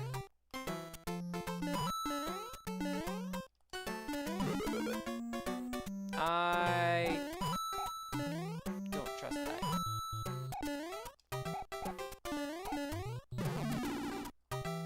Ah! There we go. Go. Yes, Dixie was in the Mario movie, and Mario was in DKC too, so... Oh, shoot. Okay. If I'm not mistaken, I timed this just right, so you can just run right past him. Nope. Whatever.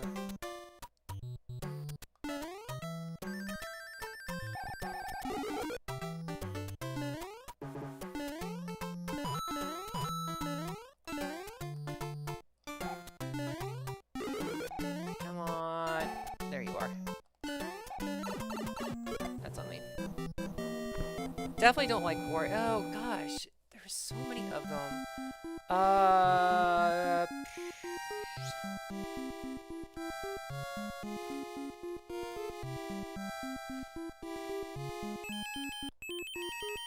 I'll have to get back to you on that.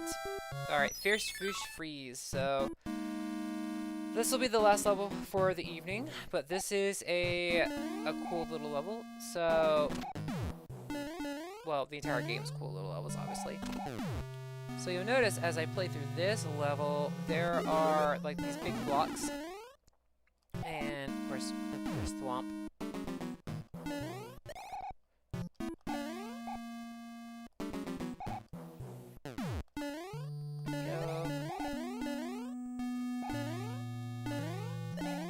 Also, there's ice bars, and ice bars, they do freeze you, so that's a cool little thing. Jump across, jump across, jump across. There we go. Also, if you bat an ice ball back at an enemy, which... Oh, well, there's that.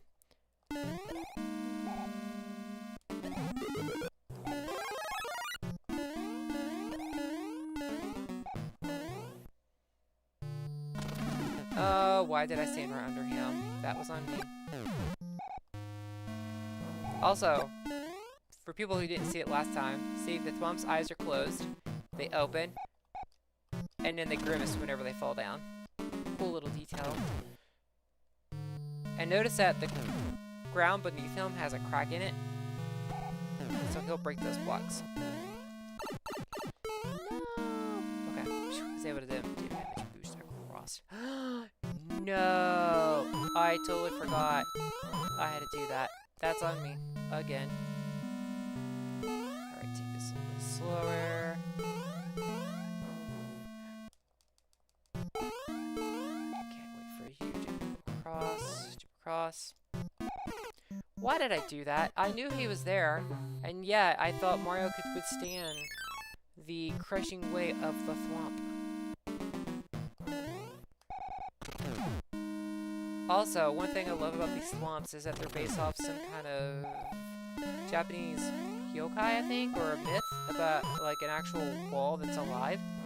I've saw like the same thing in Okami, but they had a different version of it. It was an actual wall that was like that could cry and talk and stuff.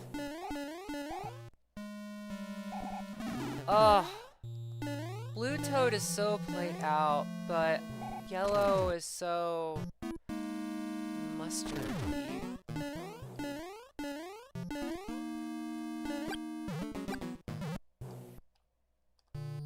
Why is there never like a green? Okay, so the idea behind this level is like when you get to the switch, it activates the air conditioning, I guess, the cooling system, and now everything's frozen over and you have like ice. And now, that Thwomp that was over on the right is now on the left side. This big block that was covering the pipe over there is now on the left side. So, this level changes by opening up differently because of the things that are over here. But also, if you gotta go back the way that you came, you'll notice that, like, things are opened up.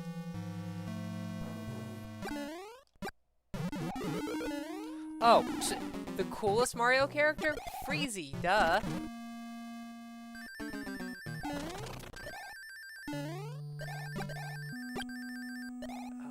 that's right. This is frozen over, and the wind is blowing. Come on, get across, get across, get across, get across.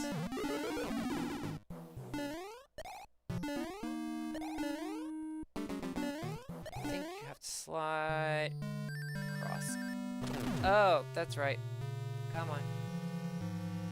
Yeah, so the concept of this is that you gotta slide over here to trigger the Thwomp. And when you trigger the Thwomp, it causes him to fall down.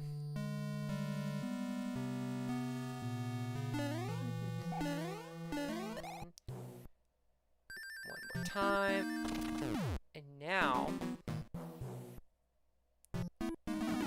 Oops.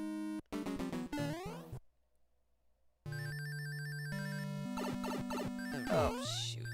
I should adjust that so that way you can actually have time to fall down.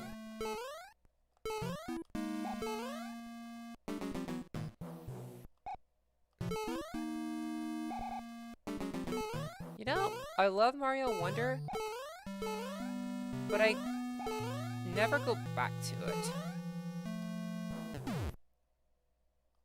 Okay, now the ice, or the cooler system is blown to the right. Oh, I hit the spike. Dagnabbit. Let's exit, let's try that again. Oh, of course you dropped the penguin off as a kid. I dropped the penguin off as an adult.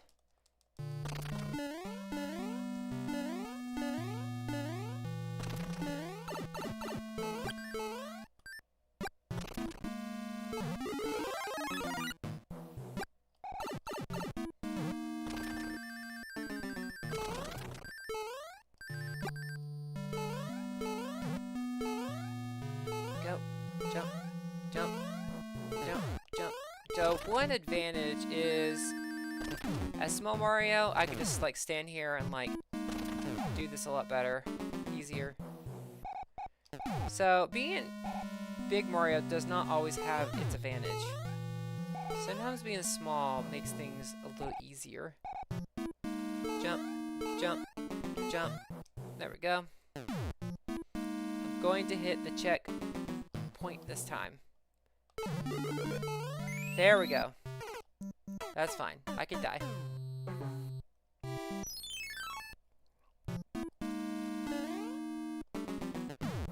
Alright, now that the wind is blowing to the right, the thwomp is off to the right. And that now blew a bunch of blocks that block my way, and I have one way to go, and that is here. Hey there, Retro. Just playing my hack for the first time ever. It is amazing. There are some aspects that frustrate me, and I will be fixing it. I have already fixed it, so the next patch will be going out probably tomorrow. I just damaged my boost myself through there. That was on me. Go through, jump.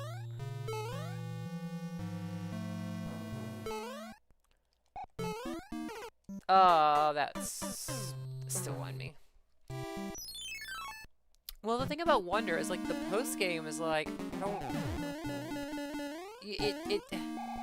It's really great in presentation, and it's by far the best modern Mario games we've had since, like, the new Mario games, New Mario Brothers. But it lacks the sense of wonder, I guess? I mean, as for lack of a better term, like, the lack of things like warp zones and, there are secrets. They just don't seem to amount to much, I guess. I don't know. I do think Wonder is a step in the right direction, and I think it's way better than the new series, because the new series was way too, curated and bland. I think Nintendo started to treat the Mario series as a safe bet. Like, it's an easy way to pad their pockets a little bit and, you know, to guarantee a little cash flow when times were tough. Oh, I miss Vicky. Come on. At least Vicky responds.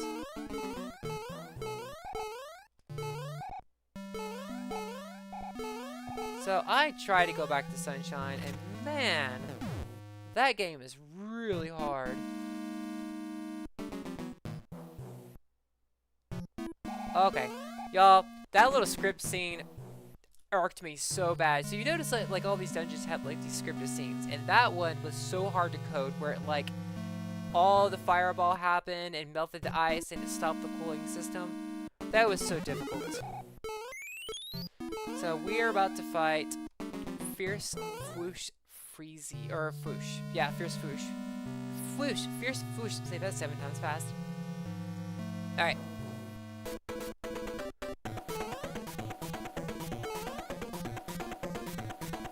So, a little trick with this game is that, or this boss fight, is that the whoosh will breathe in and push and pull, and there's a thwomp that's above you. So if I hold on to the Freezy, and the game, there is slowdown in this level because there's a lot that's going on.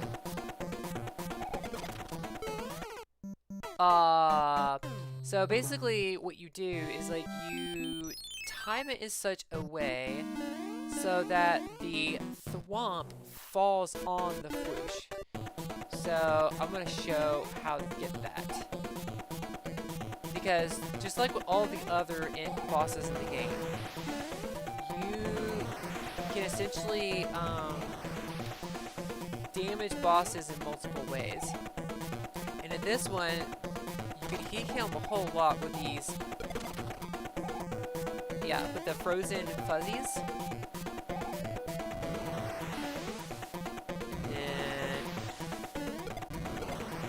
Okay. That's fine. So now he's going to breathe in and boom! It's going to hit him and take a huge chunk of his health down. So it's a little hard to set up, but if you do it right, you would do a lot of damage and make this fight way easier.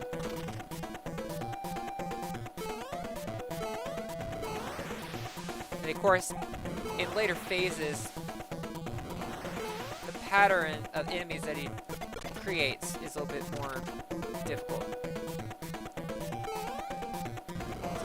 Jump a wall, gotta jump a wall and a Freezy, and then a Freezy. So it's a wall, a Freezy, and then another Freezy.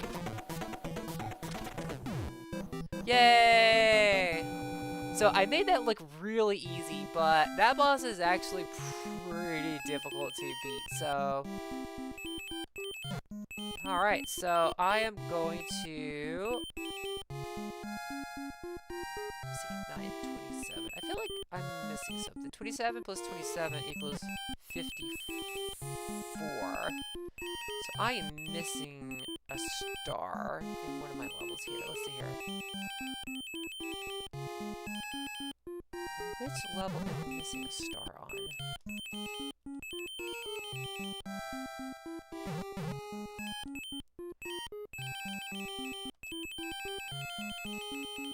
Oh, it's this one. Okay.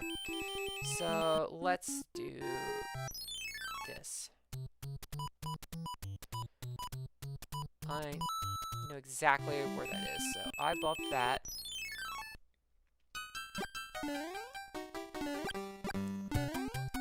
Go. Alright, let's go ahead and replay this level. Get the last star, and then we'll move on to World 3, and I will be calling it a night. I will be making some adjustments to the game. Some of these levels are way harder than I intended, and luckily, the changes aren't going to be substantial. They don't have to be. It's just minor things that kind of impede the player and make things way more challenging than I want them to be, so...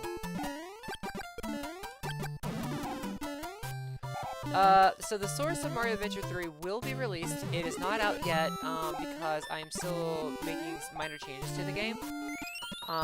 Once the last version is released and it's like nothing else is going to be done, then I will release the source code on GitHub. Biscuits.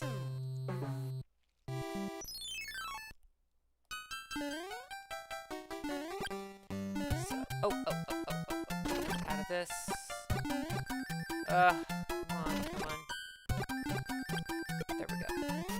And this. Kick it. Go.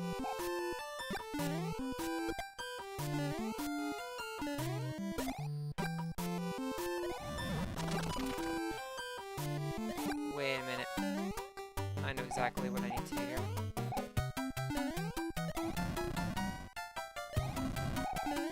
There we go. Yeah, I need a telegraph that you can do that a little bit better. There we go. So yeah, I gotta jump here. That's right. I gotta jump over here. Grab this. Jump over. There we go. There's the last star.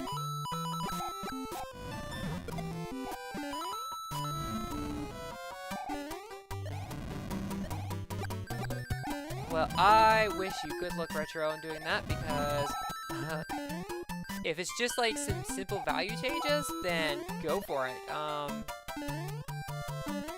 Otherwise, there's not a lot of space in the game at all. I'm talking like first level data, I have like 9 bytes of space left. Nearly most of the game is like most of the banks are pretty packed. Sweet, so that wraps up Freezy Forest. No, if you exit out of the level, all the progress that you made is reset. So the only way that the stars stick is if you complete the level or you grab a checkpoint flag. If you grab a checkpoint flag, it'll save everything right there. So that's another way that you can do it. Alright, now we're on to Bob-omb Basin.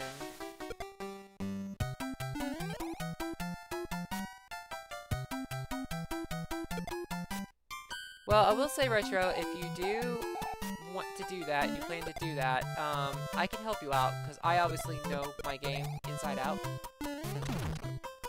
So yeah, so you can see Bob-ombs are showing up here. So the next world is based around fire, rocks, Bob-ombs, explosions, and as you can see, they actually break bridges and stuff like that. Also, always remember that Fox Mario can swim in lava.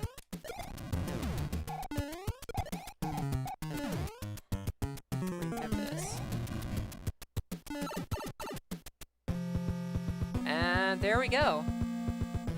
That is World 1 and World 2 of my game. So hopefully, if you've been playing it, you learned a few things. I will be making some adjustments, like I said, because some of these levels were way harder than I intended them to be. So thank you guys for watching me stream. And I will probably continue streaming later this week to continue the rest of the game. Thanks for watching. Bye.